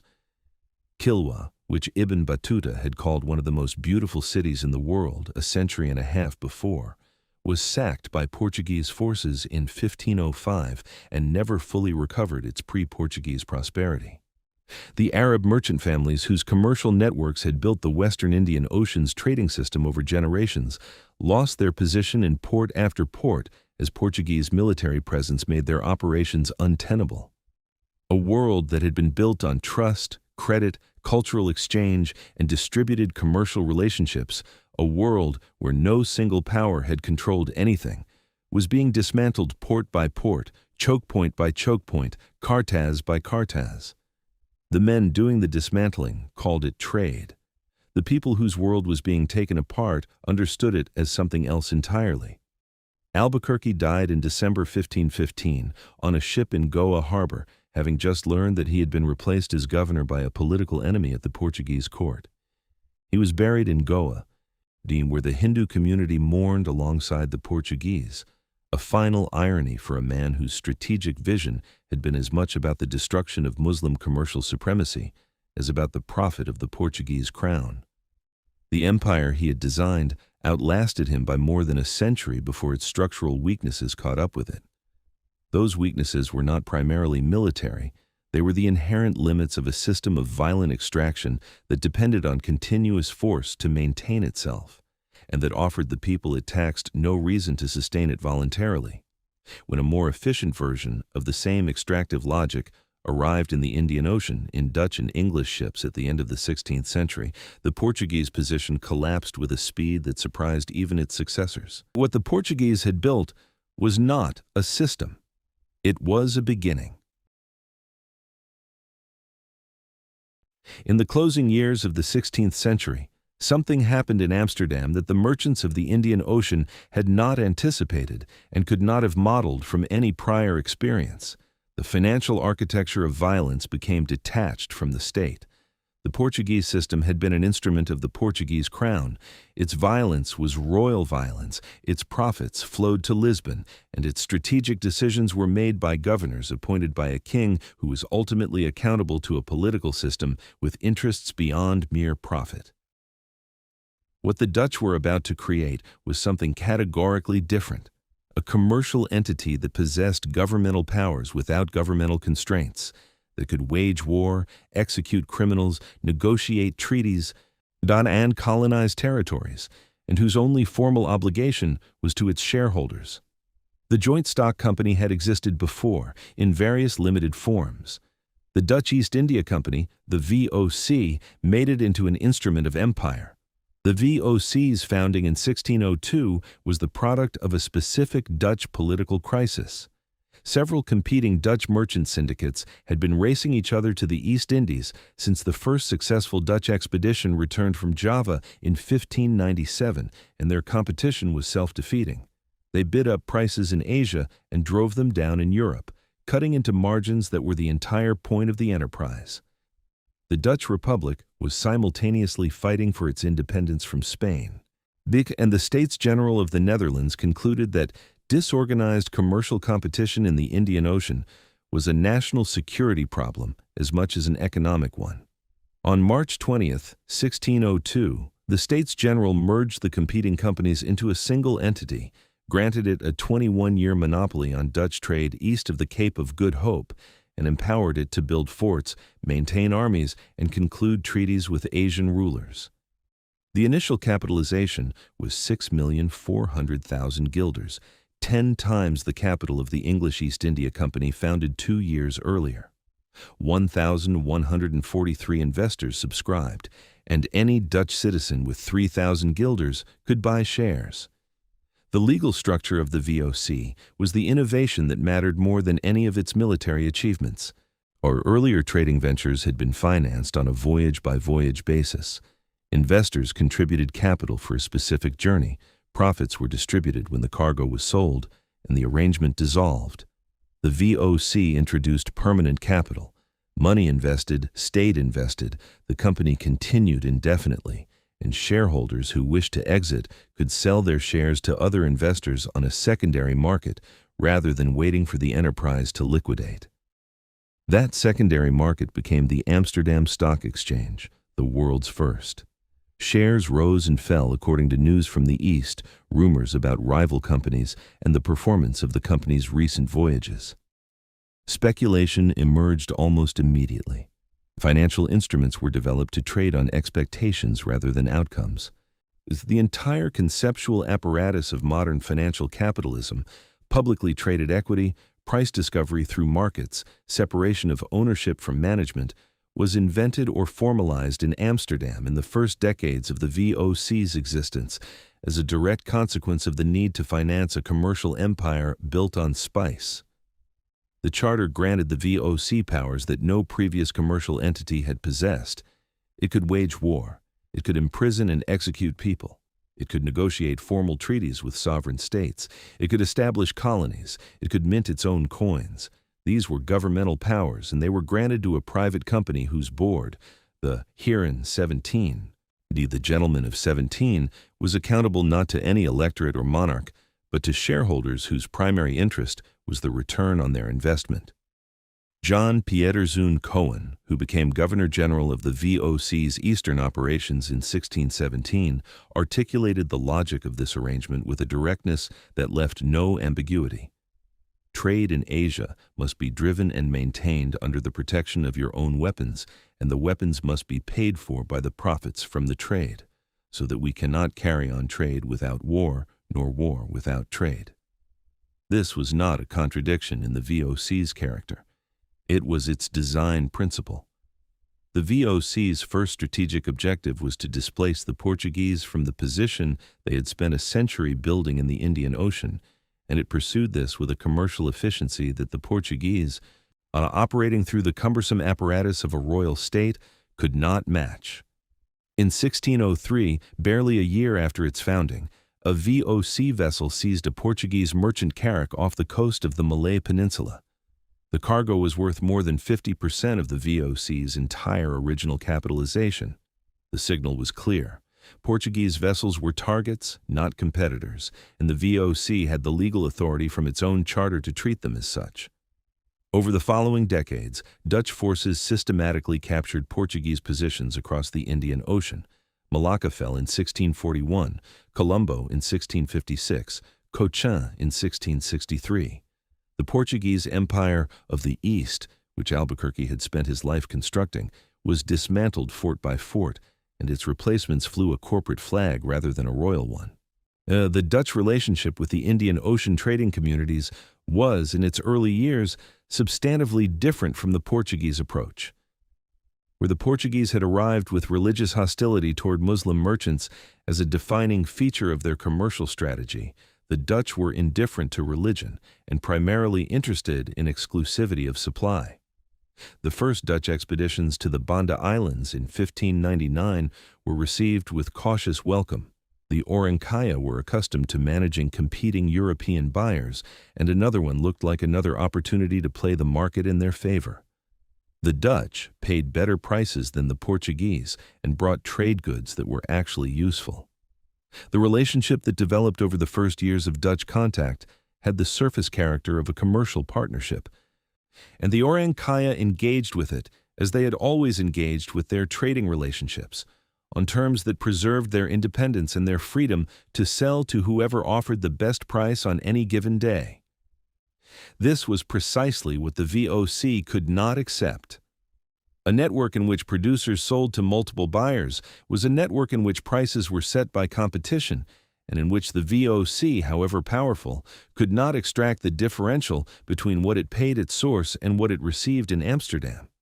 The Heeren 17 had invested 6 million guilders not to participate in the Banda spice trade, but to own it, and ownership required exclusivity. The VOC began demanding that the Orankaya sign contracts, the Eternal Compact it was called, granting the Dutch a monopoly on nutmeg purchases. Some Orankaya signed, while others signed and then continued trading with the English and Portuguese, understanding the contract as the latest in a long series of commercial agreements that could be managed and navigated as circumstances required. This was a completely rational response within the framework of the Banda trading system, where no contract had ever carried the weight of sovereign authority, and every commercial arrangement was subject to renegotiation when conditions changed. The VOC did not operate within that framework. It operated within the framework of Dutch commercial law, in which a contract was a binding legal instrument whose violation carried consequences that the contracting party was empowered to enforce. When the Bandanese continued trading with the English and Portuguese despite the Eternal Compact, the VOC classified this as breach of contract, and breach of contract in the VOC's operational logic was grounds for military action. In 1609, a Dutch fleet arrived in the Banda Islands under Admiral Peter Willems Verhoef to enforce the monopoly. The Orankaya lured Verhoef and a party of his officers ashore under the pretense of negotiation and killed them, a desperate act of self-defense by a community that understood, perhaps more clearly than any before, what the Dutch demand for exclusivity would ultimately require of them. The ambush killed 28 Dutch, including the admiral. It ensured that what followed would be presented to the Heeren 17 not as commercial expansion, but as justified retaliation. John Petersoen. Cohen had been a young clerk in Verhoef's party on that day in 1609. He witnessed the killing. And he spent the next 12 years advancing through the VOC's hierarchy with a single strategic conviction. The nutmeg monopoly could only be secured by removing the Bandanese from the equation entirely, not by negotiating with them, not by outcompeting rivals for their trade, but by eliminating the people and replacing them with a controlled labor force that had no independence, no trading relationships, and no capacity to refuse. In 1617, he was appointed Governor-General. In January 1621, he wrote to the Heeren 17, "It is necessary to once again subjugate Banda and populate it with other people." The board authorized the plan. Later that year, Cohen sailed for the islands with 19 ships, 1,600 European soldiers, Japanese mercenaries, and Javanese convicts pressed into military service. What happened in the Banda Islands in 1621 was not a military campaign in any conventional sense. It was the systematic destruction of a human community whose continued existence was an obstacle to a commercial objective. The island's population at the time of the Dutch assault was between 13,000 and 15,000 people. The Orankaya who governed the villages, the farmers who tended the nutmeg groves, the sailors who carried goods between the islands, the children and elderly who comprised any living community. By the time the operation was complete, fewer than 1,000 remained. The rest had been killed in direct combat, executed in public spectacles designed to break all resistance, starved when their food supplies were destroyed, or had drowned or died of exposure attempting to flee by canoe to other islands. The Japanese mercenaries Cohen had hired, ronin, masterless samurai willing to fight for pay, were used specifically to execute the Orankaya, so that their deaths would carry none of the legal complications that might arise from Dutch soldiers killing unarmed people who had surrendered under a flag of safe conduct. On May 8, 1621, 44 Orankaya who had been invited to parley at Fort Nassau under assurances of safe passage were seized, accused of violating the terms of their contracts, tried in proceedings that lasted hours, and sentenced to death. 8 were dismembered alive. 36 were beheaded. Their heads were impaled on bamboo spikes and displayed around the fort's perimeter as a warning to any remaining population. This was not the action of soldiers who had lost control in the heat of battle. It was the deliberate, planned execution of a community's entire leadership, carried out by a commercial corporation operating under the authority of a charter issued by the States General of the Netherlands, in the service of a nutmeg monopoly whose profits would be distributed as dividends to investors in Amsterdam. The word genocide was not coined until the 20th century, but the act it describes had a clear precedent here, 300 years earlier, in the service of spice. With the Bandanese eliminated or enslaved, Cohen proceeded to construct the economic system that the Heeren 17 had envisaged.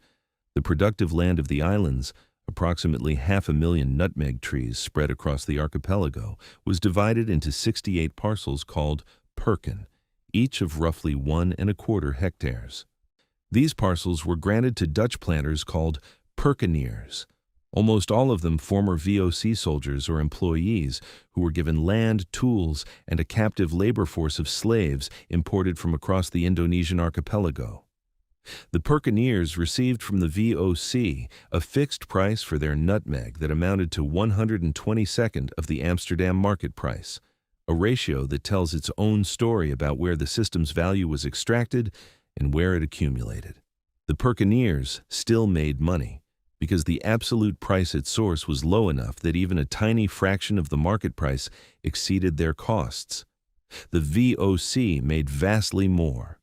The nutmeg monopoly that resulted from this operation functioned with a ruthlessness that the VOC extended across its entire spice empire. Though cloves grew on Ternate and Tidore and the surrounding islands of the northern Moluccas, the VOC enforced its monopoly there not through population destruction. The sultans of Ternate and Tidore had sufficient military capacity to make that approach too costly, but through the Hongi expeditions, annual patrols of war canoes that toured the clove-producing islands and destroyed any trees growing outside the designated VOC-controlled areas. Trees that had no owner were burnt. Trees that belonged to communities trading without Dutch authorization were uprooted. In 1652, the sultans of Ternate and Tidore agreed to an extirpation program, the systematic removal of all clove trees not under VOC control in exchange for an annual payment. The islands that had once produced the world's supply of cloves were deliberately impoverished to prevent them from ever again operating outside the monopoly system. The VOC sold nutmeg, cloves, and mace across European markets and in Mughal India at prices between 14 and 17 times what it paid in Indonesia. The differential was not the product of transportation costs, insurance, or any other legitimate commercial expense. Those costs were real but modest compared to the markup. The differential was the product of monopoly, enforced by the elimination of every alternative source of supply and every alternative trading arrangement that might have allowed buyers to get the same goods anywhere else. This was not trade in the ordinary sense. It was the imposition of a tax on every consumer in the European and Indian market who wanted spice, collected by a corporation whose only governing obligation was to maximize the return on its shareholders' investment. The VOC, at the peak of its power, was probably the most valuable company that has ever existed. Some estimates place its peak capitalization, in modern terms, at nearly $8 trillion. The English were, throughout this period, an irritant to Dutch monopoly ambitions that the VOC could not fully eliminate.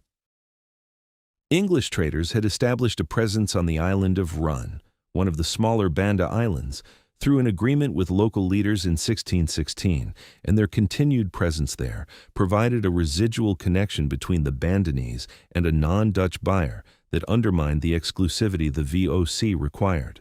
The relationship between the two East India companies, the Dutch 5OC and the English EIC, oscillated between commercial rivalry, tactical cooperation against the Portuguese, and outright warfare, depending on which configuration best served immediate interests. In 1623, Dutch officials in Ambon arrested, tortured, and executed 10 English merchants on accusations of plotting against VOC authority, an incident that became known as the Amboina Massacre and produced lasting outrage in England. In 1667, the two companies reached a formal settlement. Under the Treaty of Breda, England ceded its claim to Run to the Dutch. In exchange, the Dutch ceded a small island on the other side of the world that they had recently captured from the English. That island was Manhattan. The exchange of Manhattan for Run captures, in its absurdity, is something essential about the logic of the monopoly system. The Dutch VOC regarded a tiny volcanic island in the remote eastern Indonesian archipelago as more valuable than what is now the most expensive piece of real estate on Earth, because Run produced nutmeg and Manhattan did not. The calculation was commercially rational in 1667, given the structure of the system the VOC had created. Nutmeg at VOC-controlled source prices, sold at Amsterdam market prices at a markup of over 1,000%, generated revenues that no colonial settlement in North America could match. The calculation also reveals the ultimate fragility of the monopoly. It depended entirely on the continued geographic uniqueness of the Spice Islands as the world's only source of supply. The moment the plants could be transplanted, the moment nutmeg or cloves could be grown anywhere else, the entire superstructure of violence, slavery, and corporate governance that had been built to control them would become worthless.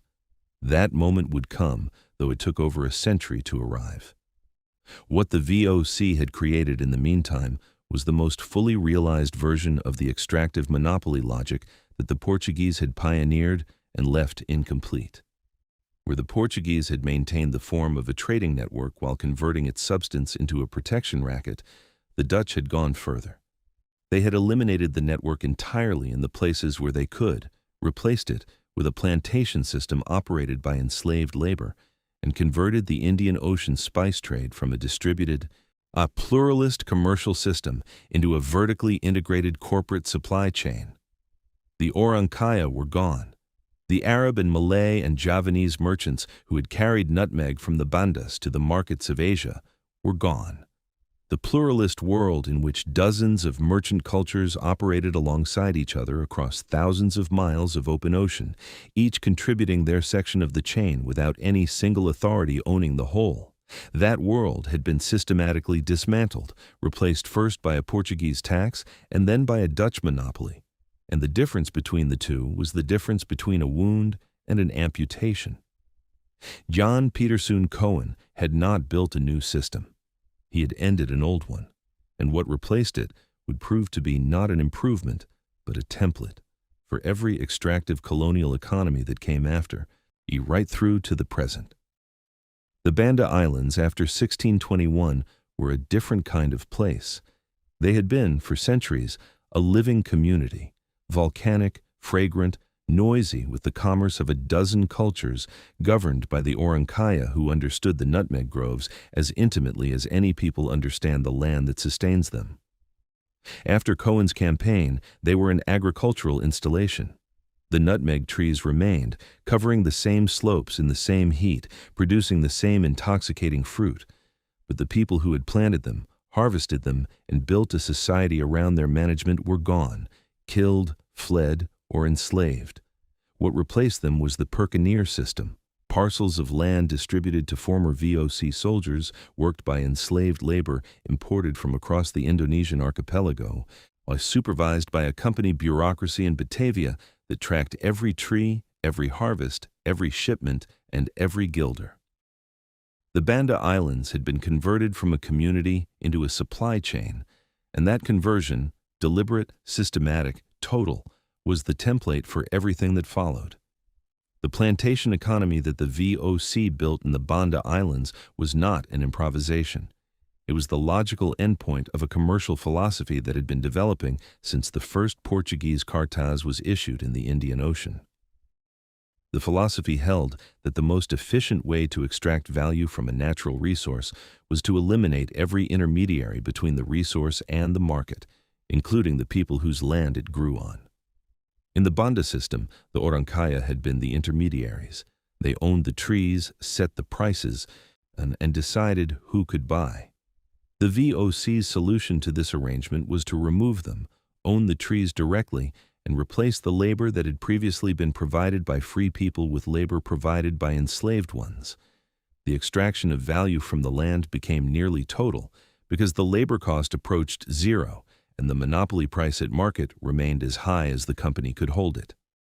This model required three things that the spice trade had already created: the armed trading company, with governmental powers sufficient to enforce property rights over an entire production zone by violence; the plantation, as a system of organized agricultural extraction using captive labor; and the monopoly, maintained through the systematic destruction of any alternative supply.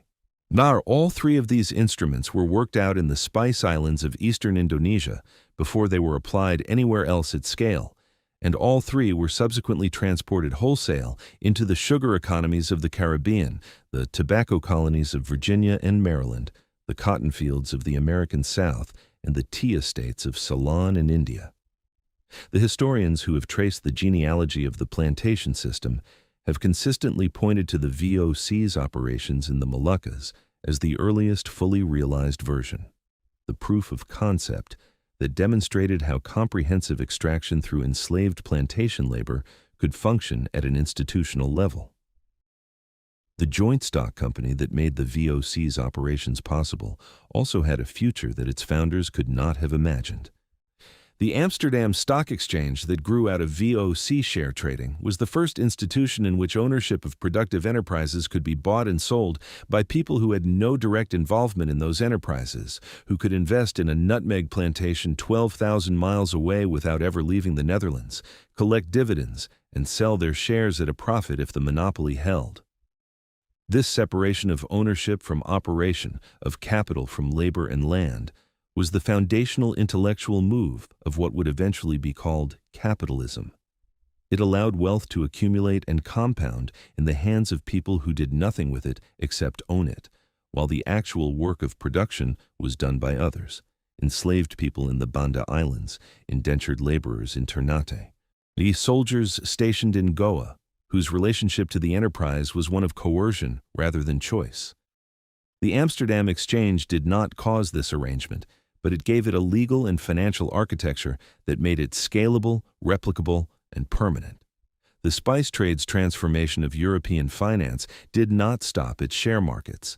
The VOC's operations required insurance on a scale that no existing institution could provide, and the instruments developed to manage that risk, Pooled underwriting, standardized contracts for maritime risk, the calculation of probability-weighted expected loss became the foundations of the modern insurance industry.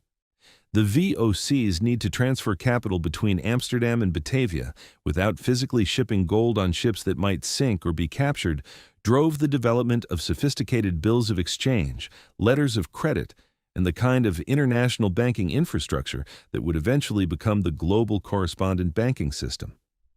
The spice trade, in trying to solve the practical problems of running an empire across 12,000 miles of ocean, invented most of the financial technology that the modern world runs on. The plantation economy spread from the Spice Islands with a logic that was as much botanical as commercial. Cinnamon had long been a Ceylonese monopoly. The Portuguese had seized it, the Dutch had taken it from them, and the VOC had developed it into the model Ceylon plantation system that controlled every stage of production and export under armed supervision. Sugar, which had arrived in Europe as a luxury spice before spices themselves became commonplace, was transplanted from its original Mediterranean cultivation into the Caribbean through a process that directly mirrored the VOC's Banda model. Indigenous populations cleared or killed, enslaved African labor imported on an industrial scale, the entire enterprise organized as a vertically integrated extraction operation for a European market. The sugar islands of Barbados and Jamaica were, in their essential economic structure, the Banda Islands transported across the Atlantic, run by a different set of European investors, but operating on exactly the same principles. The connection between the spice trade and the Atlantic slave trade was not incidental. The Dutch who built the VOC were simultaneously the architects of the Dutch West India Company, which transported enslaved Africans to the Americas and to the sugar plantations of the Caribbean. The financial instruments, the corporate legal structures, the insurance mechanisms, and the appetite for high-risk, high-return distant ventures, all of it was developed in the Eastern trade and then applied in the Western one.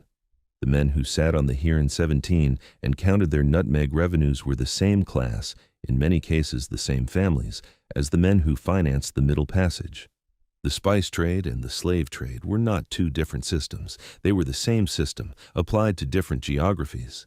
Drawing on the same institutional architecture, producing the same outcome, the extraction of value from controlled populations for the benefit of shareholders in Amsterdam and London and Lisbon, who never needed to see what the extraction looked like in practice. The transplantation of spice crops, the event that the Dutch had most feared and tried hardest to prevent, came not through the power of a rival European state, but through the ingenuity of a French administrator named Pierre Poivre. Poivre had spent years attempting to acquire nutmeg and clove seedlings from the Dutch-controlled islands, repeatedly frustrated by VOC patrols and the death penalty the company imposed on anyone caught exporting living plants. In 1770, working through informal networks of island traders and a renegade Dutchman who despised the company, Poivre's agents reached a small island called Patani that Dutch patrols had missed and found there a community willing to help.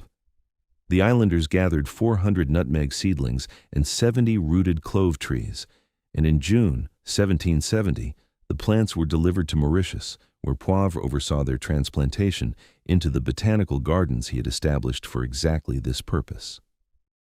A great festival was held when the first nutmeg ripened on the island. The Dutch monopoly, which had been maintained for a century and a half at incalculable human cost, had been broken by a man with a one-armed gardener, a disgruntled Dutchman, and the cooperative goodwill of islanders who had no particular reason to love the system that had oppressed them. The end of the nutmeg monopoly came not in a single dramatic moment, but through an accumulation of failures. A volcanic eruption in the Banda region in 1778 produced a tsunami that destroyed half the nutmeg groves. The British, during the Napoleonic Wars, seized the Banda Islands in 1809 and held them for several years, during which time they transplanted hundreds of nutmeg seedlings to plantations in India, Ceylon, and Singapore, before returning the islands to the Dutch in 1817. By the time Dutch authority was restored, the biological uniqueness that had made the Spice Islands the most contested geography on Earth no longer existed. Nutmeg grew in Mauritius and in Grenada in the Caribbean. Cloves grew in Zanzibar, which eventually overtook the entire Indonesian archipelago in clove production. The geographic monopoly, which had taken centuries of violence and institutional innovation to establish and maintain, dissolved within a few decades once the botanical barrier was removed. The price of spices collapsed. What had been worth more than gold per pound became a kitchen staple purchasable by anyone for almost nothing. The VOC's dissolution in 1799 was partly the consequence of this monopoly collapse, but also the product of structural problems that had been accumulating for decades.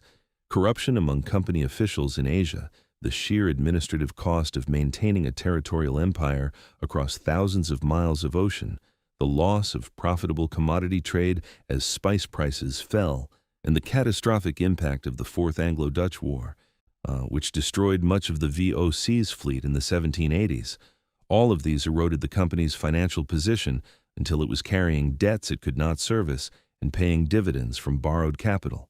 The Batavian Republic, which had replaced the Dutch Republic in 1795 after French revolutionary forces overran the Netherlands, absorbed the VOC's debts and possessions, converting what had been a private commercial empire into a colonial state. The company was gone, but the territory it had governed, what would eventually become Indonesia, remained under Dutch colonial rule for another century and a half.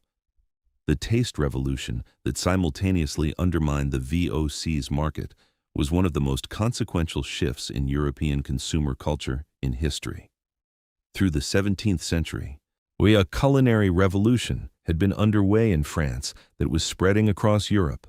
The extravagant use of Eastern spices that had characterized medieval and Renaissance cooking, the enormous quantities of pepper, cinnamon, cloves, and nutmeg that had been sprinkled over virtually everything edible by anyone who could afford them, was giving way to a new aesthetic that favored local herbs, subtle sauces, and the natural flavors of ingredients.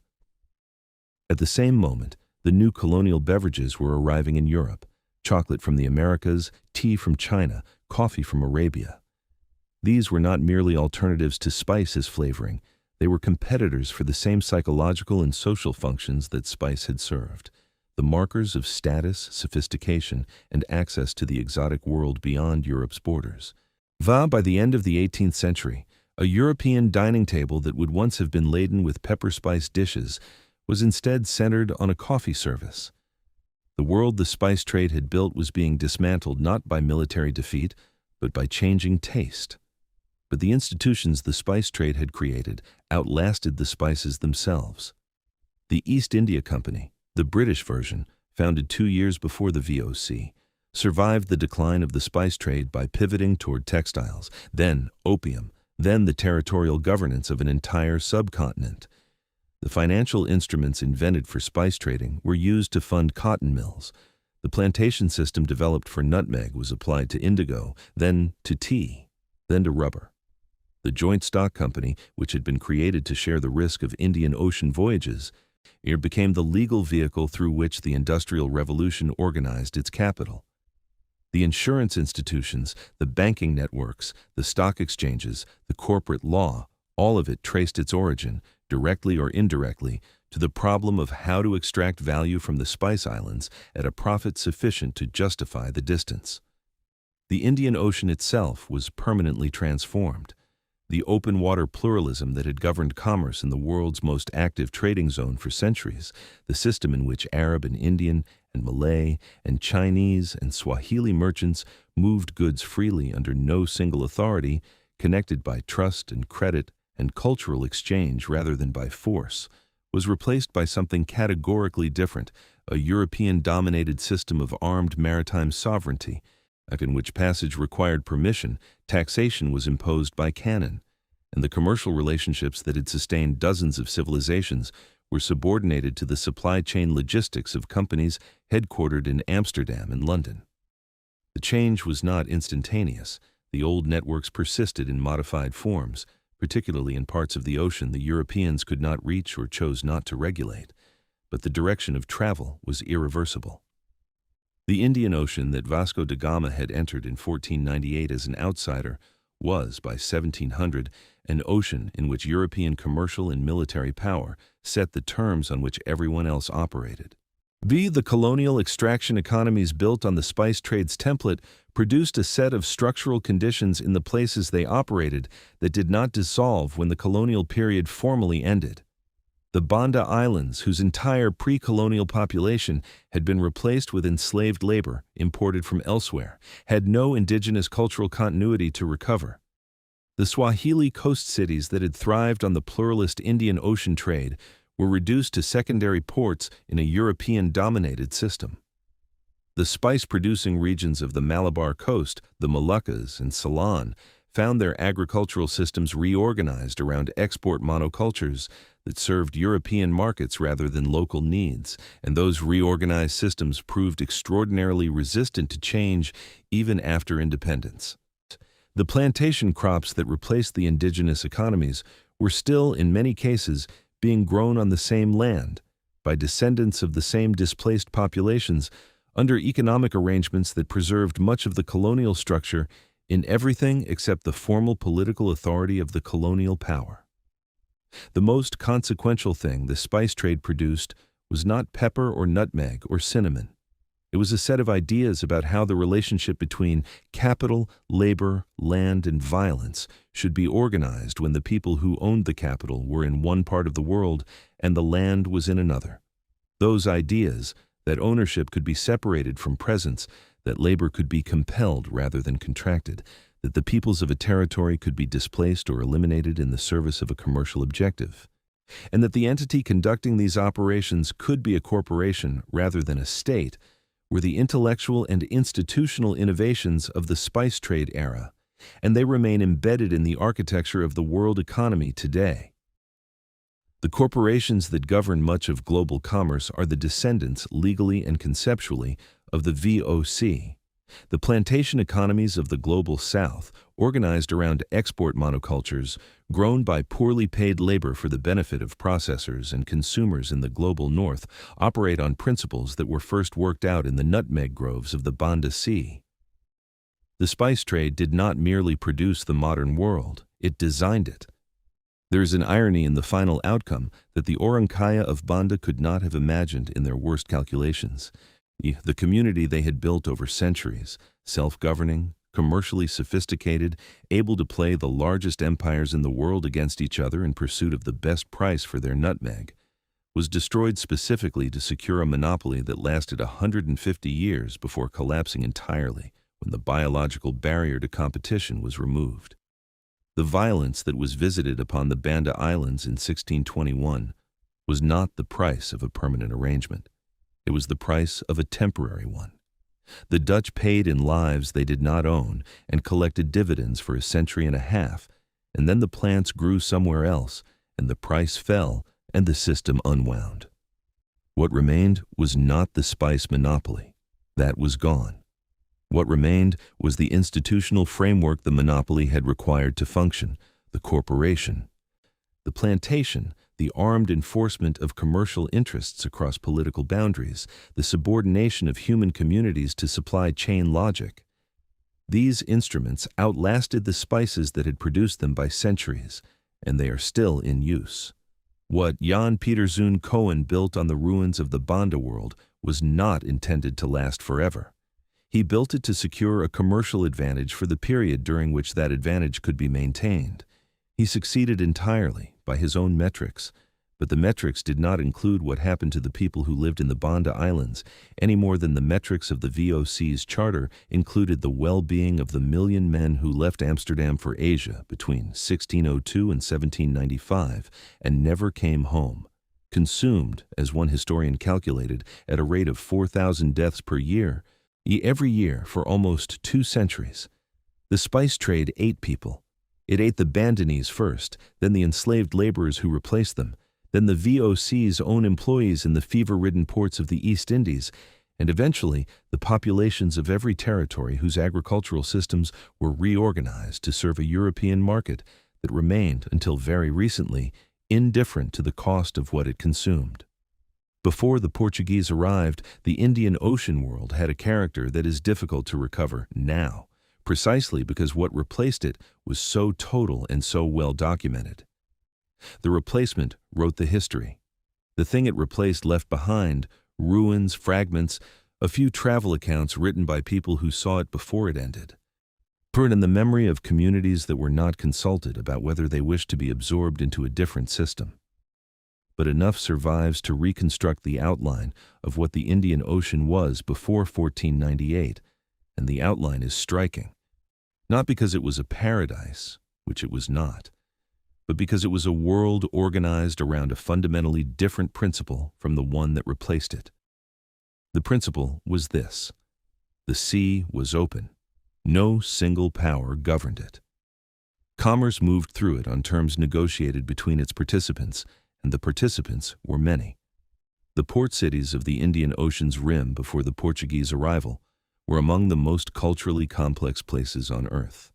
Calicut, the great spice market of the Malabar coast, received at any given season Arab merchants from Aden, Persian traders from Hormuz, or Gujarati bankers from the northwest coast of India, Tamil merchants from the Coromandel coast, Chinese representatives from the Ming Empire's tribute system, Malay sailors from the Strait of Malacca, and Swahili traders from the East African coast.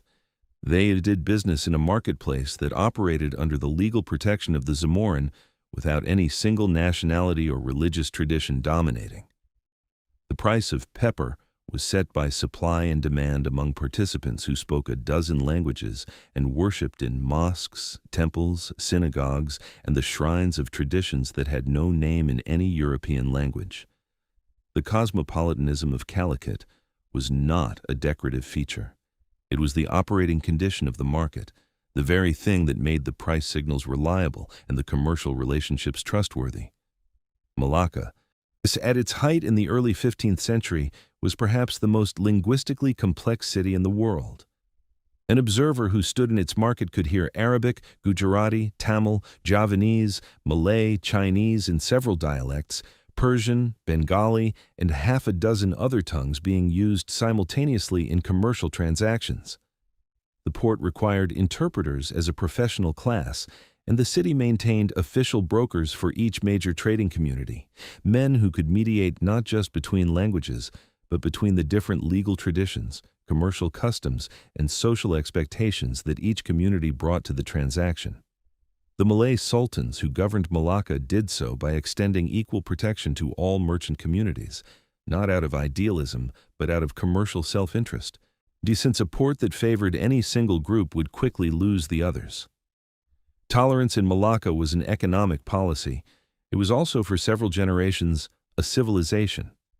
The Swahili coast cities represented a different kind of cultural achievement, one built not by the encounter of arriving merchants with a pre-existing society, but by the organic fusion of the arriving and the resident into something that was neither and both. The people of Kilwa were not Arab merchants who had settled in Africa. They were not African peoples who had adopted Arab culture. They were a third thing, Swahili, whose language was African in its grammatical structure and saturated with Arabic in its vocabulary, whose religion was Islam practiced in ways that accommodated the spiritual traditions of the African interior, whose architecture combined coral stone building techniques from the Arabian Peninsula with spatial organization derived from East African precedent, and whose commercial identity was built on the ability to mediate between the Indian Ocean world and the African continent. Kilwa, in the 14th century, when Ibn Battuta visited and called it one of the most beautiful cities in the world, was the product of 5 centuries of this kind of creative synthesis. What made the pre-European Indian Ocean world remarkable in historical perspective was not its peacefulness. There were wars, there were piracies, there were rivalries and dynastic conflicts, and the usual instruments of human competition. It was the absence of any power committed to controlling the ocean itself. The Arab merchants of the western Indian Ocean did not try to prevent Chinese junks from sailing the same waters. The Javanese traders of the eastern Indonesian archipelago did not attempt to exclude Indian merchants from the Banda Islands. The Zamorin of Calicut did not claim sovereignty over the sea lanes that connected his port to Aden and Malacca. The ocean was a commons, a shared resource through which everyone who understood its winds and currents could move freely. The network that resulted was genuinely distributed. No single ethnicity, religion, or political authority sat at its center because there was no center. The system's resilience came precisely from this distribution, its ability to reroute around disruption and absorb new participants without requiring anyone's permission. The Portuguese entry into this world was not, or initially understood by its participants as the beginning of its end. The merchants of Calicut and Aden and Malacca had seen new trading partners before. The arrival of any previously unknown people was simply a commercial event, an opportunity to be evaluated and managed. What they could not process at first was that the Portuguese were not arriving as traders at all. They were arriving as claimants to sovereignty over the ocean itself, not sovereignty over any particular territory on the ocean's rim, but over the water, the routes, the rite of passage. When da Gama demanded that the Zamorin expel all Muslim merchants from Calicut, he was not making a commercial request. He was announcing a new constitutional order in which the pluralist trading system of the Indian Ocean was to be replaced by a Portuguese supervised system in which the terms of participation were set in Lisbon. The Zamorin refused because from his perspective, the demand was simply incoherent. The ocean did not belong to Portugal, and Muslim merchants had been trading in Calicut for generations. Within 4 years, Portuguese cannon fire was dismantling the walls of his port city. The Swahili coast was the first populated shore of the Indian Ocean world to experience the full weight of what the Portuguese were doing. Kilwa, the most powerful and beautiful of the coast city-states, was sacked by Francisco de Almeida's fleet in July 1505. 500 Portuguese soldiers stormed the shoreline at dawn. He headed directly for the royal palace and killed everyone who did not immediately surrender. The city was looted.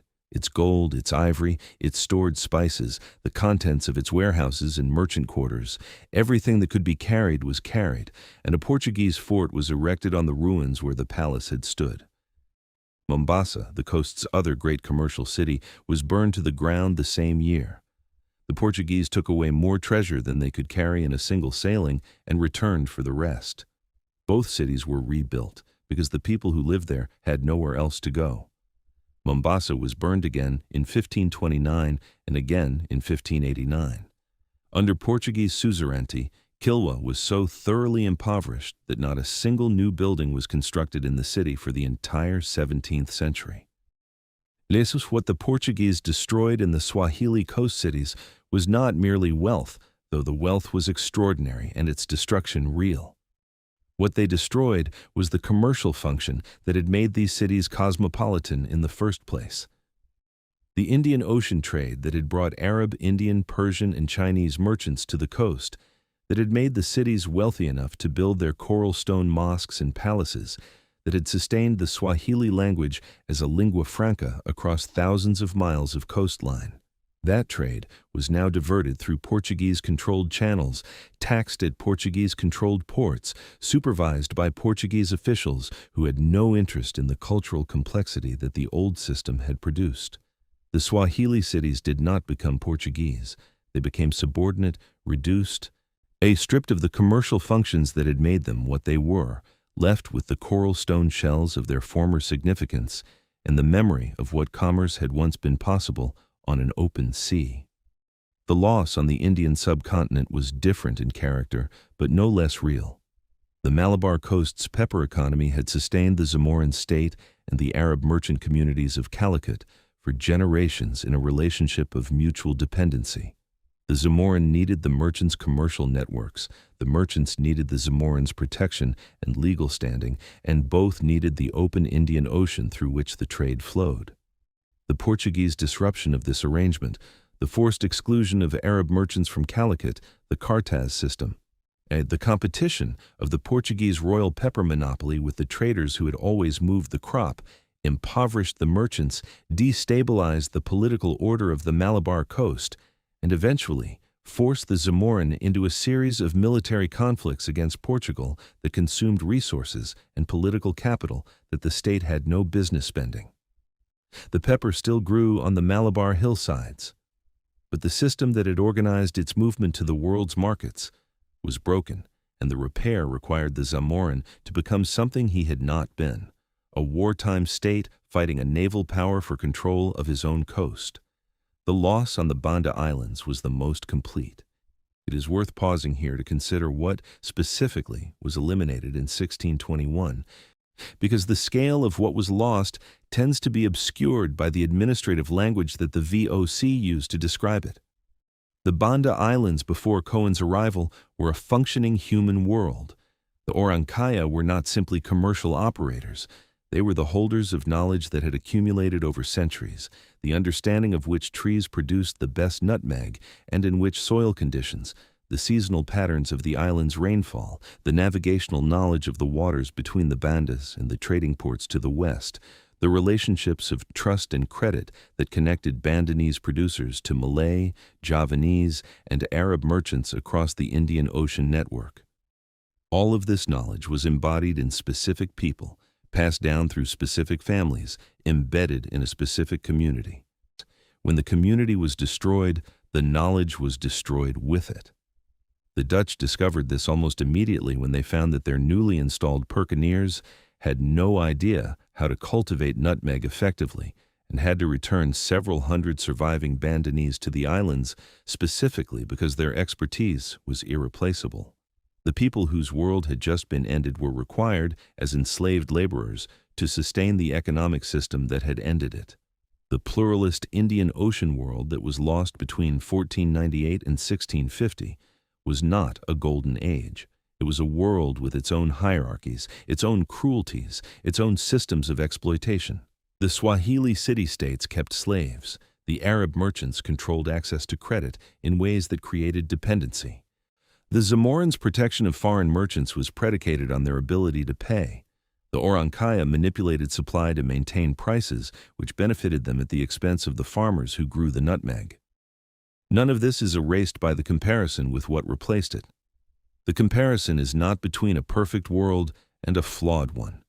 It is between a distributed system in which many actors had agency and a centralized system in which agency was progressively concentrated in the offices of European trading companies whose shareholders sat in Amsterdam and London and never needed to see what their dividends looked like at the point of production. The difference is one of structure. And the structure matters because its consequences were not confined to the 16th and 17th centuries. What remained when the Old World was gone was the physical geography that had made it possible, the Indian Ocean itself, the monsoon winds, the volcanic islands of the Maluku archipelago, the pepper vines of the Malabar hillside, and the people who had not been killed, displaced, or enslaved, but who found themselves living in a world whose terms of organization they had not chosen. The Swahili language survived because Swahili people survived, and it spread further in the colonial period than it ever had in the pre-colonial one, carried along the trade routes of the interior by Arab and Indian merchants who continued to operate at the margins of the European system. Islam survived in the Spice Islands, despite Portuguese missionary campaigns and Dutch indifference, because the faith was embedded deep enough in the social fabric of those communities to persist through colonial disruption.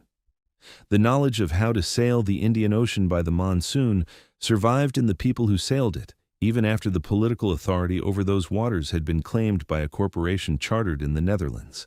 What also remained, perhaps the most significant survival, was the capacity for resistance. The Banda Islands had been cleared, but pockets of Bandanese survived in exile on neighboring islands and in the trade networks of the broader Maluku world, and they maintained their identity across generations, teaching their children the songs and stories of what had been lost. The Omani Arabs of the Arabian Peninsula, who had watched the Portuguese dismantle the trading cities of East Africa, spent the 17th century building a naval power capable of contesting Portuguese authority on the coast, and in 1698 they expelled the Portuguese from Fort Jesus in Mombasa after a 3-year siege, restoring Omani authority to the northern Swahili coast. The restoration was not a return to the pre-Portuguese world.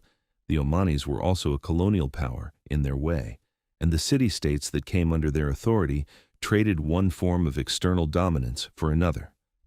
But the expulsion of Portugal from the coast they had destroyed was an assertion, however incomplete, that the world the Portuguese had found had not entirely consented to be replaced.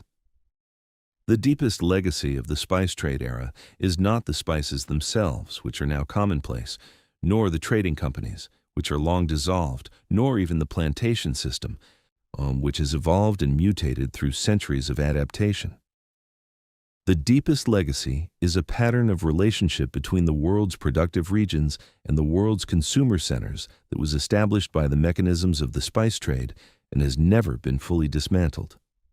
The Banda Islands, once the world's only source of nutmeg, are today one of the poorest places in Indonesia, a remote archipelago whose economic significance evaporated when the botanical monopoly collapsed, whose social fabric was never rebuilt after 1621, and whose people live in the ruins of a history that produced extraordinary wealth for shareholders in cities they will never visit. The Malabar coast of Kerala, once the commercial heart of the global pepper trade, is today primarily notable for the emigration of its population to the Gulf states in search of work, a different kind of movement across the same ocean, driven by the same structural imbalance between the places that produce things and the places that consume them. The modern world was not built on trade. That is the argument this history has been assembling from its beginning, and the evidence is now complete.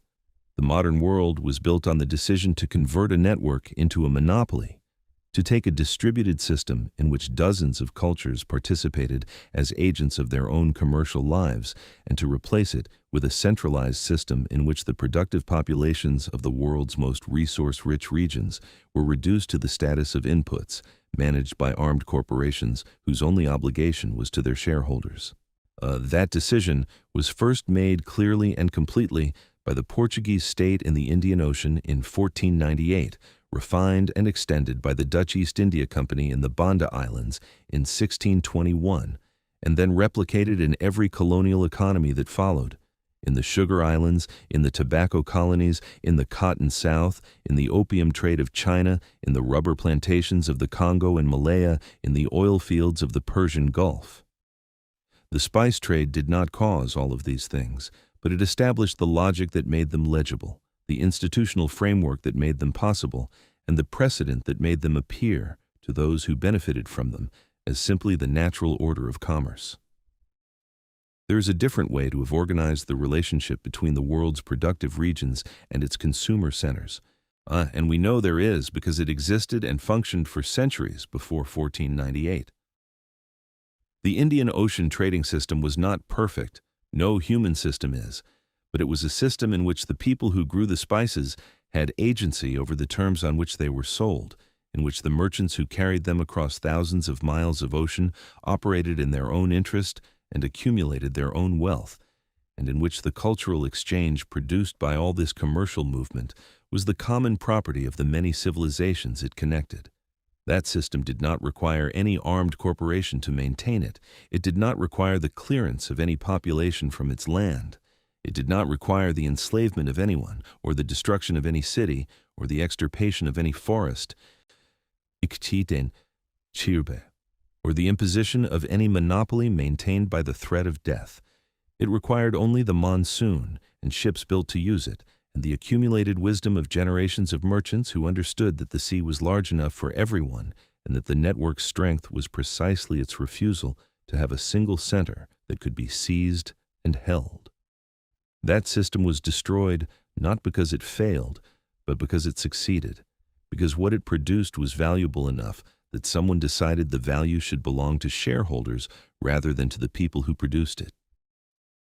The spice that sits in a jar in your kitchen cupboard is the end product of a history that began in the volcanic soil of a remote Indonesian island, passed through the hands of Austronesian sailors, Arab merchants, Indian financiers, Malay traders, Venetian galley captains, with Portuguese soldiers, Dutch shareholders, and enslaved plantation workers, and arrived at your table stripped of everything that had once made it meaningful: the ritual, the medicine, the status, the economic power, the human communities that had grown it and traded it and died for it and been killed for it across 3,000 years of the world's most consequential commerce. What remains of all that history is flavor. The rest was taken.